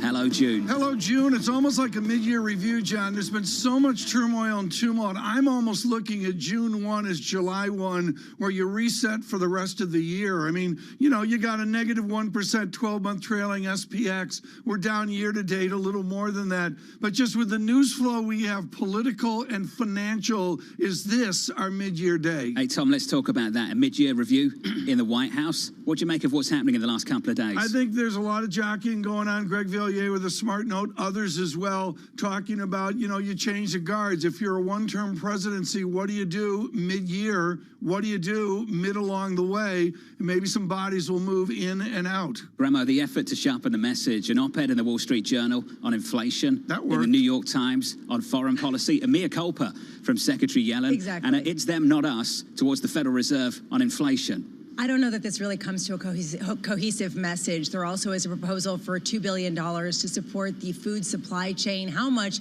is too late, and how do they get ahead of a message that's changing in real time, that when they're already so far behind, it is unclear to see how they can potentially position themselves going forward. TK, are you laser focused on the potential for a shakeup in that White House, given the NBC report that many people read about? Perhaps the president's upset about what's happening within his government, within his administration. It's very typical, John. I mean, we see this among all administrations. I mean, it's part of the political process, if you will. What I would say, John, is how does it redound back to the Bloomberg world of economics, finance, investment? Chairman Powell, I believe his job is something that will stay, but you really wonder about Secretary Yellen and if there would be a switch there. And the calendar going forward through this summer. Lisa, June 15th, the Fed. July 27th, the Fed. September 21, the Fed, and some CPI reports in between. Yeah, and frankly, the price of gas at the pump may be the most important data point of all. How do they actually affect all of these economic indicators and, frankly, sentiment of consumer with trying to hone the message when you have a real issue, right? I mean, there's one thing if it's all a political drama. This is not political drama. This is real drama when people go to the store, when they go to the gas pump. And I think that they're going to have to deal with that. That's way beyond a messaging issue. Speaking of drama, did you see the monthly performance of the S&P 500 through May? Yes. Just how it closed. Positive 0.01%. Nothing happened. It didn't feel like a positive 0.01% month, did it? But if you look under the surface, there is still the turmoil. And actually, that's what's notable today. You're seeing a downgrade to some of the projections for big tech from Morgan Stanley. Even Citigroup is saying this is a bear market rally. There's a feeling that earnings per share, that basically valuations still need to make an adjustment in a new era of slower growth, higher inflation, and perhaps much higher interest rates. Let's get June started. Futures positive on the S&P 500 this morning. Good morning to you all. Up about 0.11%. Looking at the NASDAQ 100 positive. They're negative, down by 0.11%. 1%. Yields look like this on a 10-year, up about a basis point, 285.86 on a 10-year yield. In foreign exchange, euro dollar basically unchanged, 107.28. And crude, Bramo. Crude was interesting yesterday. I'll allow you to explain that, but right now 116.77, up by 1.8%. Yeah, it closed down on the day. And this was interesting after a report in the Wall Street Journal talking about how Russia might be kicked out of the OPEC agreement or exempted from increasing production because, frankly, that production is not going to come online, which would basically pave the way for other oil-producing nations to increase production materially. All right, this is what I'm watching today. As Kaylee was talking about earlier, the Fed is formally kicking off quantitative tightening, although technically it doesn't really begin until June 15th, when $15 billion of treasuries come due. How quickly are they going to reduce their balance sheet? What will the actual impact be? This is the big unknown in markets. This is what people are trying to price in. We've had a number of Fed officials come out and say it's basically the equivalent of a couple of 25 basis point rate hikes. It is not exactly the same. People are trying to price this in and really view this as a big unknown. At 10 a.m., the Bank of Canada is poised for its second consecutive 50 basis point hike. The reason why I'm watching this is because, frankly, the Bank of Canada has been out front. We don't talk about the Bank of Canada, but it really has been one of the more aggressive banks, and it sets the tone for how aggressive potentially the Federal Reserve and the ECB could potentially be. And today we get a host of Fed speak, including New York Fed President John Williams at 11:30, St. Louis Fed President Jim Bullard at 1 p.m. Also, the former New York Fed President Bill Dudley is joining us here on Bloomberg Television at 7:45 a.m. This comes after ISM data as well as the JOLTS data, the job openings data that we get today, John, to really give an indication of just how frothy the labor market is and whether it's starting to cool maybe a little bit and giving them perhaps an exit ramp that's a little smoother. Lisa, do you get the sense that the JOLTS data is a target? That data point is a target for this Federal Reserve? Look, Fed Chair Jay Powell has pinpointed this particular data point as indicating perhaps how tight the labor market is. You can also just view any of the help wanted signs in any of the stores that you go into.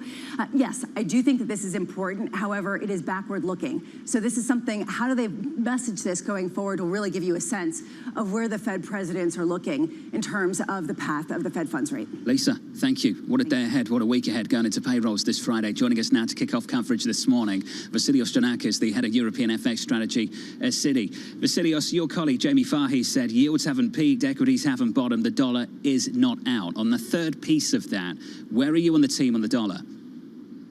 I think we largely agree with that, Jonathan.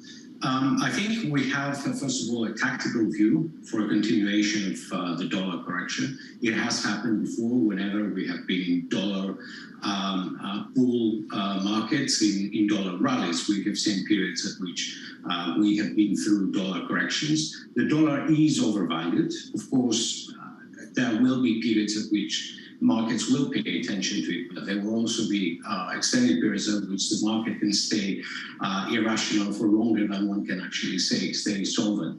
I think right now, for the immediate future, an important part of the key of the puzzle is actually China reopening. Now, with firms in Shanghai, manufacturing firms basically allowed to reopen from today, with COVID cases having come down quite considerably on the back of the lockdown, of course, there is a sense that we may get some impetus about this China reopening. And I think this is important because you can actually get the dollar correcting lower, even if US yields go higher. But the condition for that would be if growth expectations remain higher. And China reopening could actually play a role into that. Right. That being said, going further out, you know, the dollar remains probably the best house in a bad neighborhood, meaning that there is still a fundamental story to support it. Vasilios, the yen in the last 4 days has had a life of its own. What are the ramifications to the general currency markets if we get weak yen through 132? Well, I think that has largely been, first of all, this has largely been a result of bottoming out, at least for now, in US yields that have propelled dollar-yen higher. And that, in a sense, is creating a bit of an issue as far as Japan is concerned, especially for the the Ministry of Finance, because they are the ones really that have been pushing back a bit, at least, against further yen weakness. But it also, as you said, it is going to make an issue for the rest of the regional currencies because they're going to become less competitive. And of course, that includes the renminbi, as well as main competitors, including South Korea and other Asian currencies. It also implies that imports to Japan are going to be far more expensive, which also going to be implying that a lot of these exporters, the Asian exporters, are going to have a bit more difficulty pushing into the product chain towards Japan. So there is definitely an element of that. I wouldn't say that going from 127 to 132 is going to have a major impact of that. Right. I would be especially more concerned if we gravitate towards the 135, 140, which would definitely require US yields to go closer to 3.5%.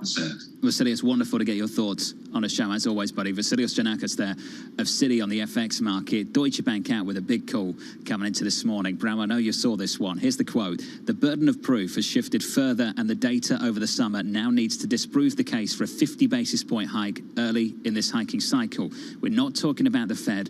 We're talking about the ECB. They go on to say, our previous baseline was to expect back-to-back 25 basis point hikes from July. We now expect one of the two hikes in Q3 to be a 50 basis point hike. That's the call from the team at DB on the ECB, Lisa, for the path ahead. And frankly, they got some confirmation from the ECB Governing Council member Robert Holtzman, who also supported a 50 basis point rate hike at the ECB. How much can they get ahead of inflation? But then if they get that right, what's the impact on the euro, right? Does it actually support the euro or does it actually make it weaker? We've been talking about this for a while, John, but honestly, unclear. If you ask someone in the FX market that question, it's still so incredibly divisive.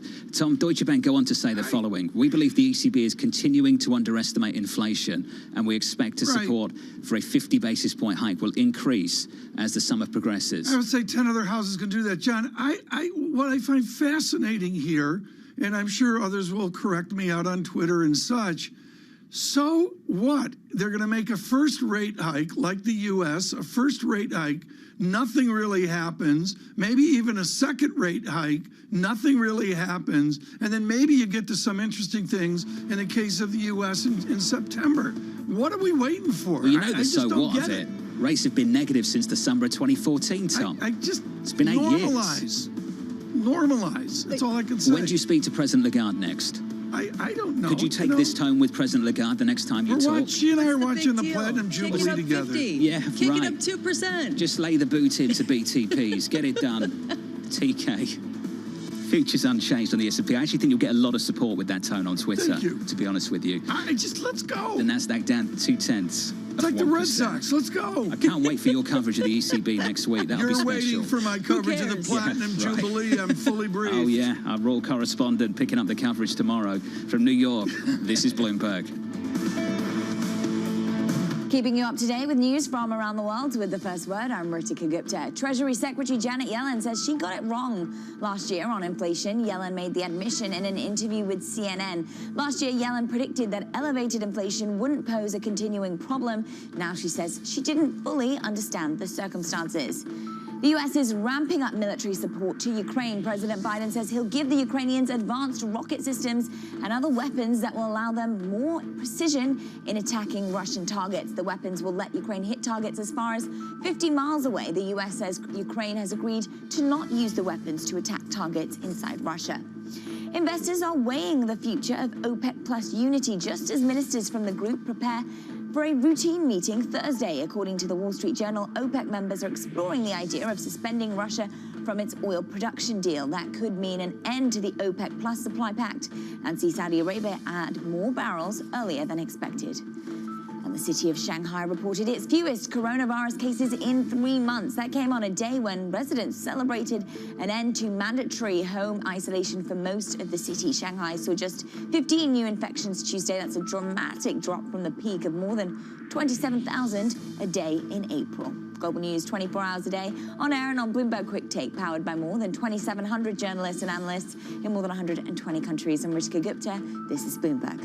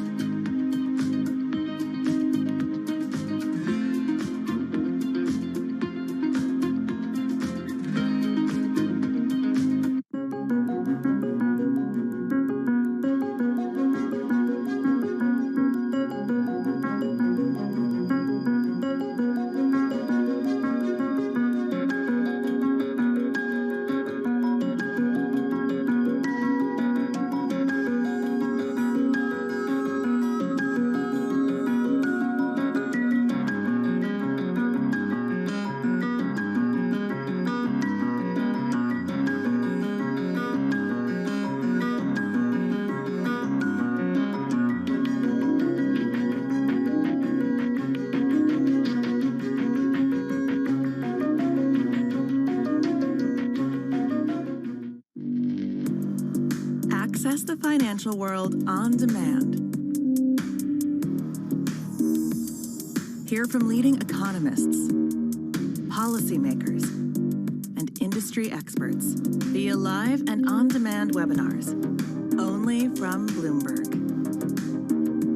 Start exploring to see what's moving the markets. Visit Bloomberg.com/webinars. When you think space, you probably think one space agency that travels under the radar is ESA, which is surprising considering what the European Space Agency has achieved and how vital it is to the global space industry. We've collaborated with pretty much everybody who is involved in space exploration. But ESA wants to be a leading force in furthering humanity's mission into space. Commander Ground, do you copy? Copy. If we want to have successful human missions to Mars, we are going to have to learn to live and work off-world in a different way. The place where we are going to learn to do that is on the moon.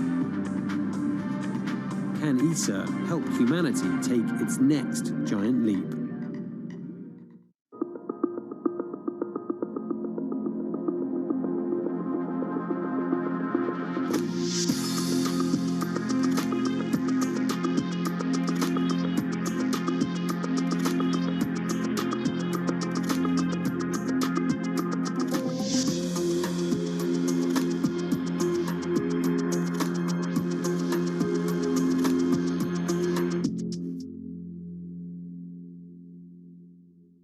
Crypto, you have a world of young people that want their own financial system and their own culture.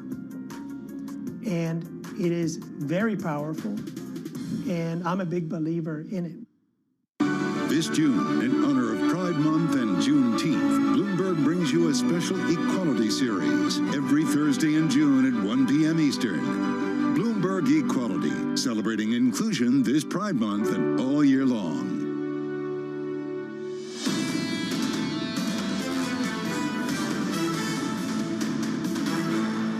I think I was wrong then about the path that inflation would take.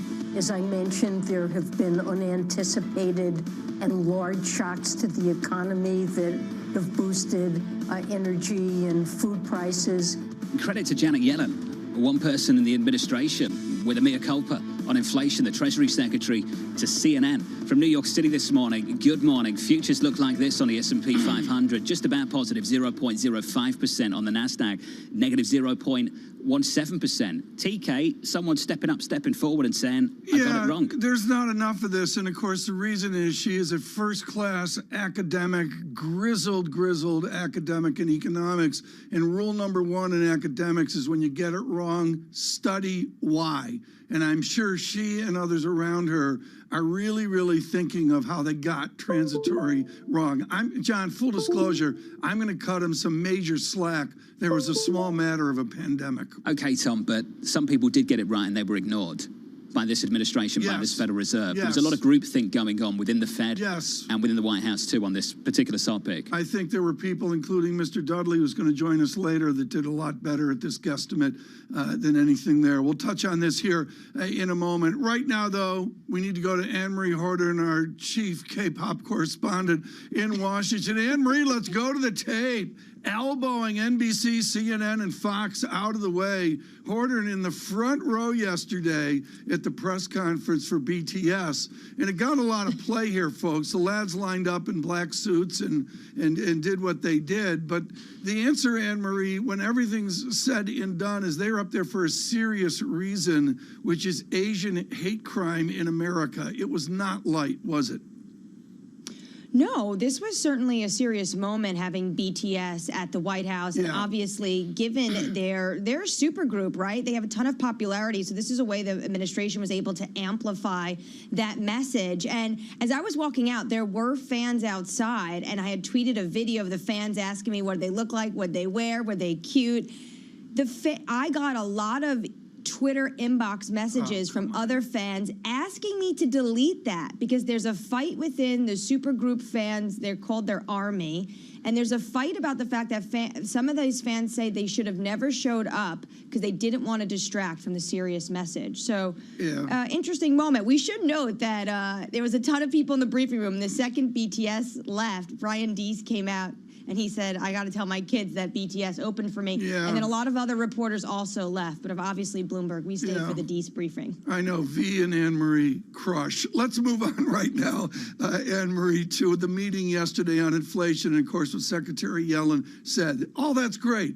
What does day 2 of the great Biden inflation battle look like? Well, they're going to be dealing with this for the entire month of June as they make this concerted effort to really try to talk about the economy. One issue, of course, is that inflation was at 7.5% in January. So they could have been talking about this since the end of January, and they're really just making this effort now in June. Yesterday, when Brian Deese came out to brief us on this rare meeting the president held with the Fed chair and also with Secretary Yellen, really the takeaway was that he wanted to make sure, and the president wanted to make sure, that it is the Fed's job. It is the Fed's, this is in the Fed's realm. This is one of their mandates to control consumer prices.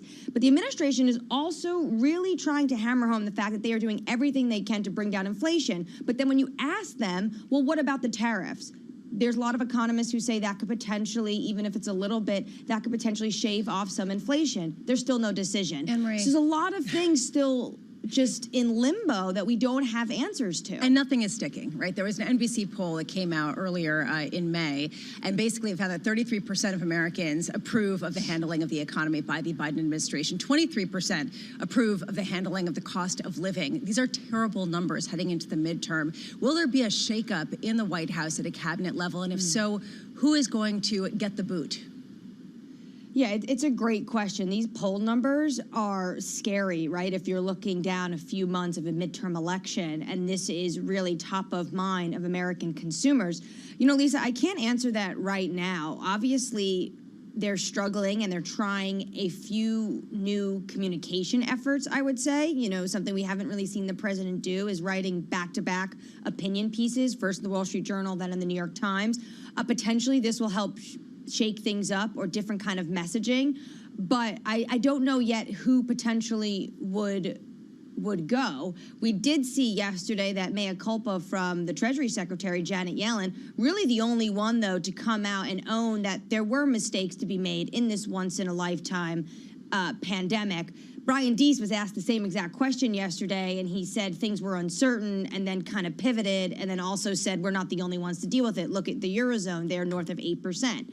So you don't know exactly where yet, but it looks like potentially if there was to be a shakeup, maybe in the structure of the management of the White House or the economics of it.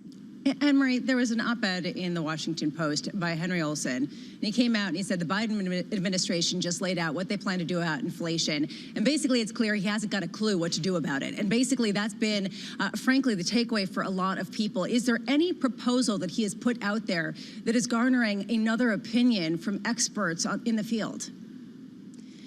Well, there's a lot of proposals that have been put out there from the Biden administration that some say could work, but then, you know, like everything, there's debates on either side of the aisle on what could and what could not stick. I mentioned the tariffs. Potentially that can shave off some inflation, but many say that that would not be a good negotiating tactic when dealing and trying to combat a stronger China. Then there's the issue like the gas tax holiday. We've heard this time and time again. It's been floated, but others say that would it even get to the consumer? Would the end result hit the consumer, or would the industry just eat that up? So there's always these debates about issues, and you never really get to the final finish line of whether or not they're going to go through with it or not. If they're going to fight inflation, then is that going to be the key focus, or are they going to use the, you know, issues that potentially on each thing, gas tax, tariffs, there's always going to be something else that there's going to be a pushback, and there seems to be a lot of debate on which lever they should pull. MH, thank you. Anne-Marie down in DC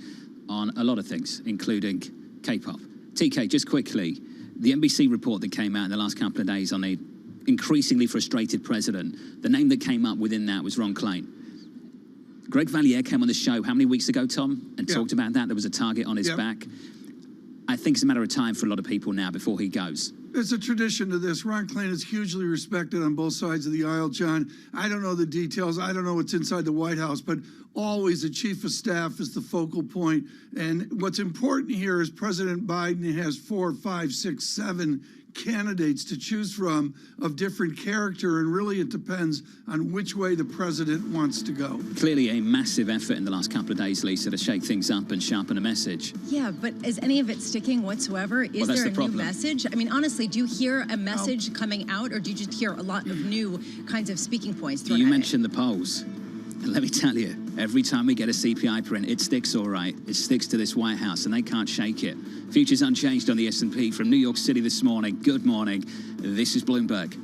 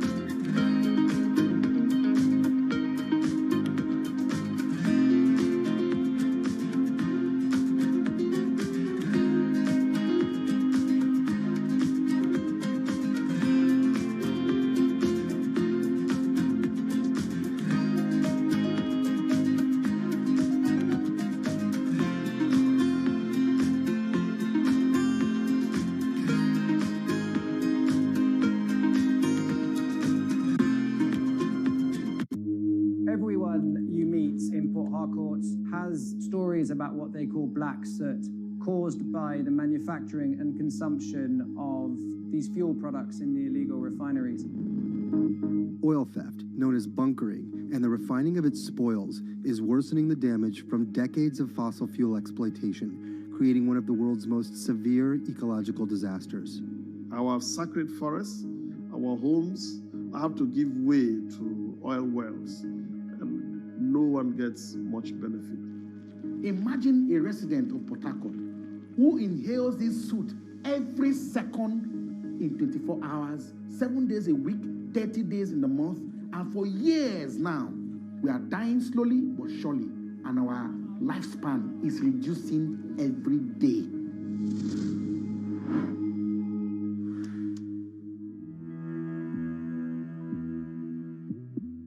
Lots happening on Wall Street. It's the basic law of economics. It validated what the market was already pricing. Need to catch up? This is Bloomberg Wall Street Week. I'm David Weston. We've got the information and insights. David, you just hit the nail right on the head. From businesses most influential and instrumental. And that's the way you run good risk management. It's a challenging dynamic. We could continue to see that kind of strength. Bloomberg Wall Street Week premieres Friday with replays all weekend on Bloomberg Television and Radio.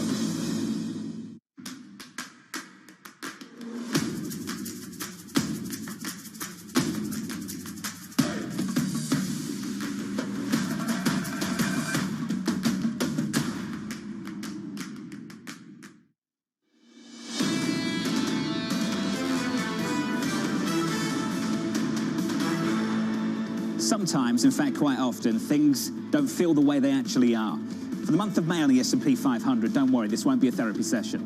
0.01% higher on the S&P 500 last month. It didn't feel that way But that's how it was. Futures this morning exactly 0.01% higher as well, matching the gain we saw throughout the whole of May. Futures on the Nasdaq down about 0.2%. A note from Citi coming into this morning saying that yields haven't topped and equities have not bottomed. Let's take a look at the bond market. Yields lower through the month of May, particularly at the front end of the curve. Your 2-year 256.87, just a little bit higher on the session by a basis point. On a 10-year to 285.67, up about a basis point on a session also. The story for a lot of people going from the Fed to the ECB next week, June 9th, President Lagarde, and euro-dollar very much in focus. Deutsche Bank out ahead of that, saying in Q3 expect 2 hikes, and one of them could be 50 basis points from this ECB. TK euro-dollar 107.19. We massaged that in the last 30 minutes. John, what about the ISM numbers today? You're bigger on them than I am. A little bit of soft data, Tom, some survey data. I think the JOLTS data is going to be the one that gets a lot of people's attention. Okay. It's dated. 10 o'clock. It's dated, so I'll say that up front. But for a lot of people, that's the target for this Federal Reserve. Yeah. Can you bring down job openings? Can you rebalance the labour market without pushing unemployment up too high? Tom, that is such a delicate balance. And the Fed's going to be trying to do this with some data that's a little bit old, a little bit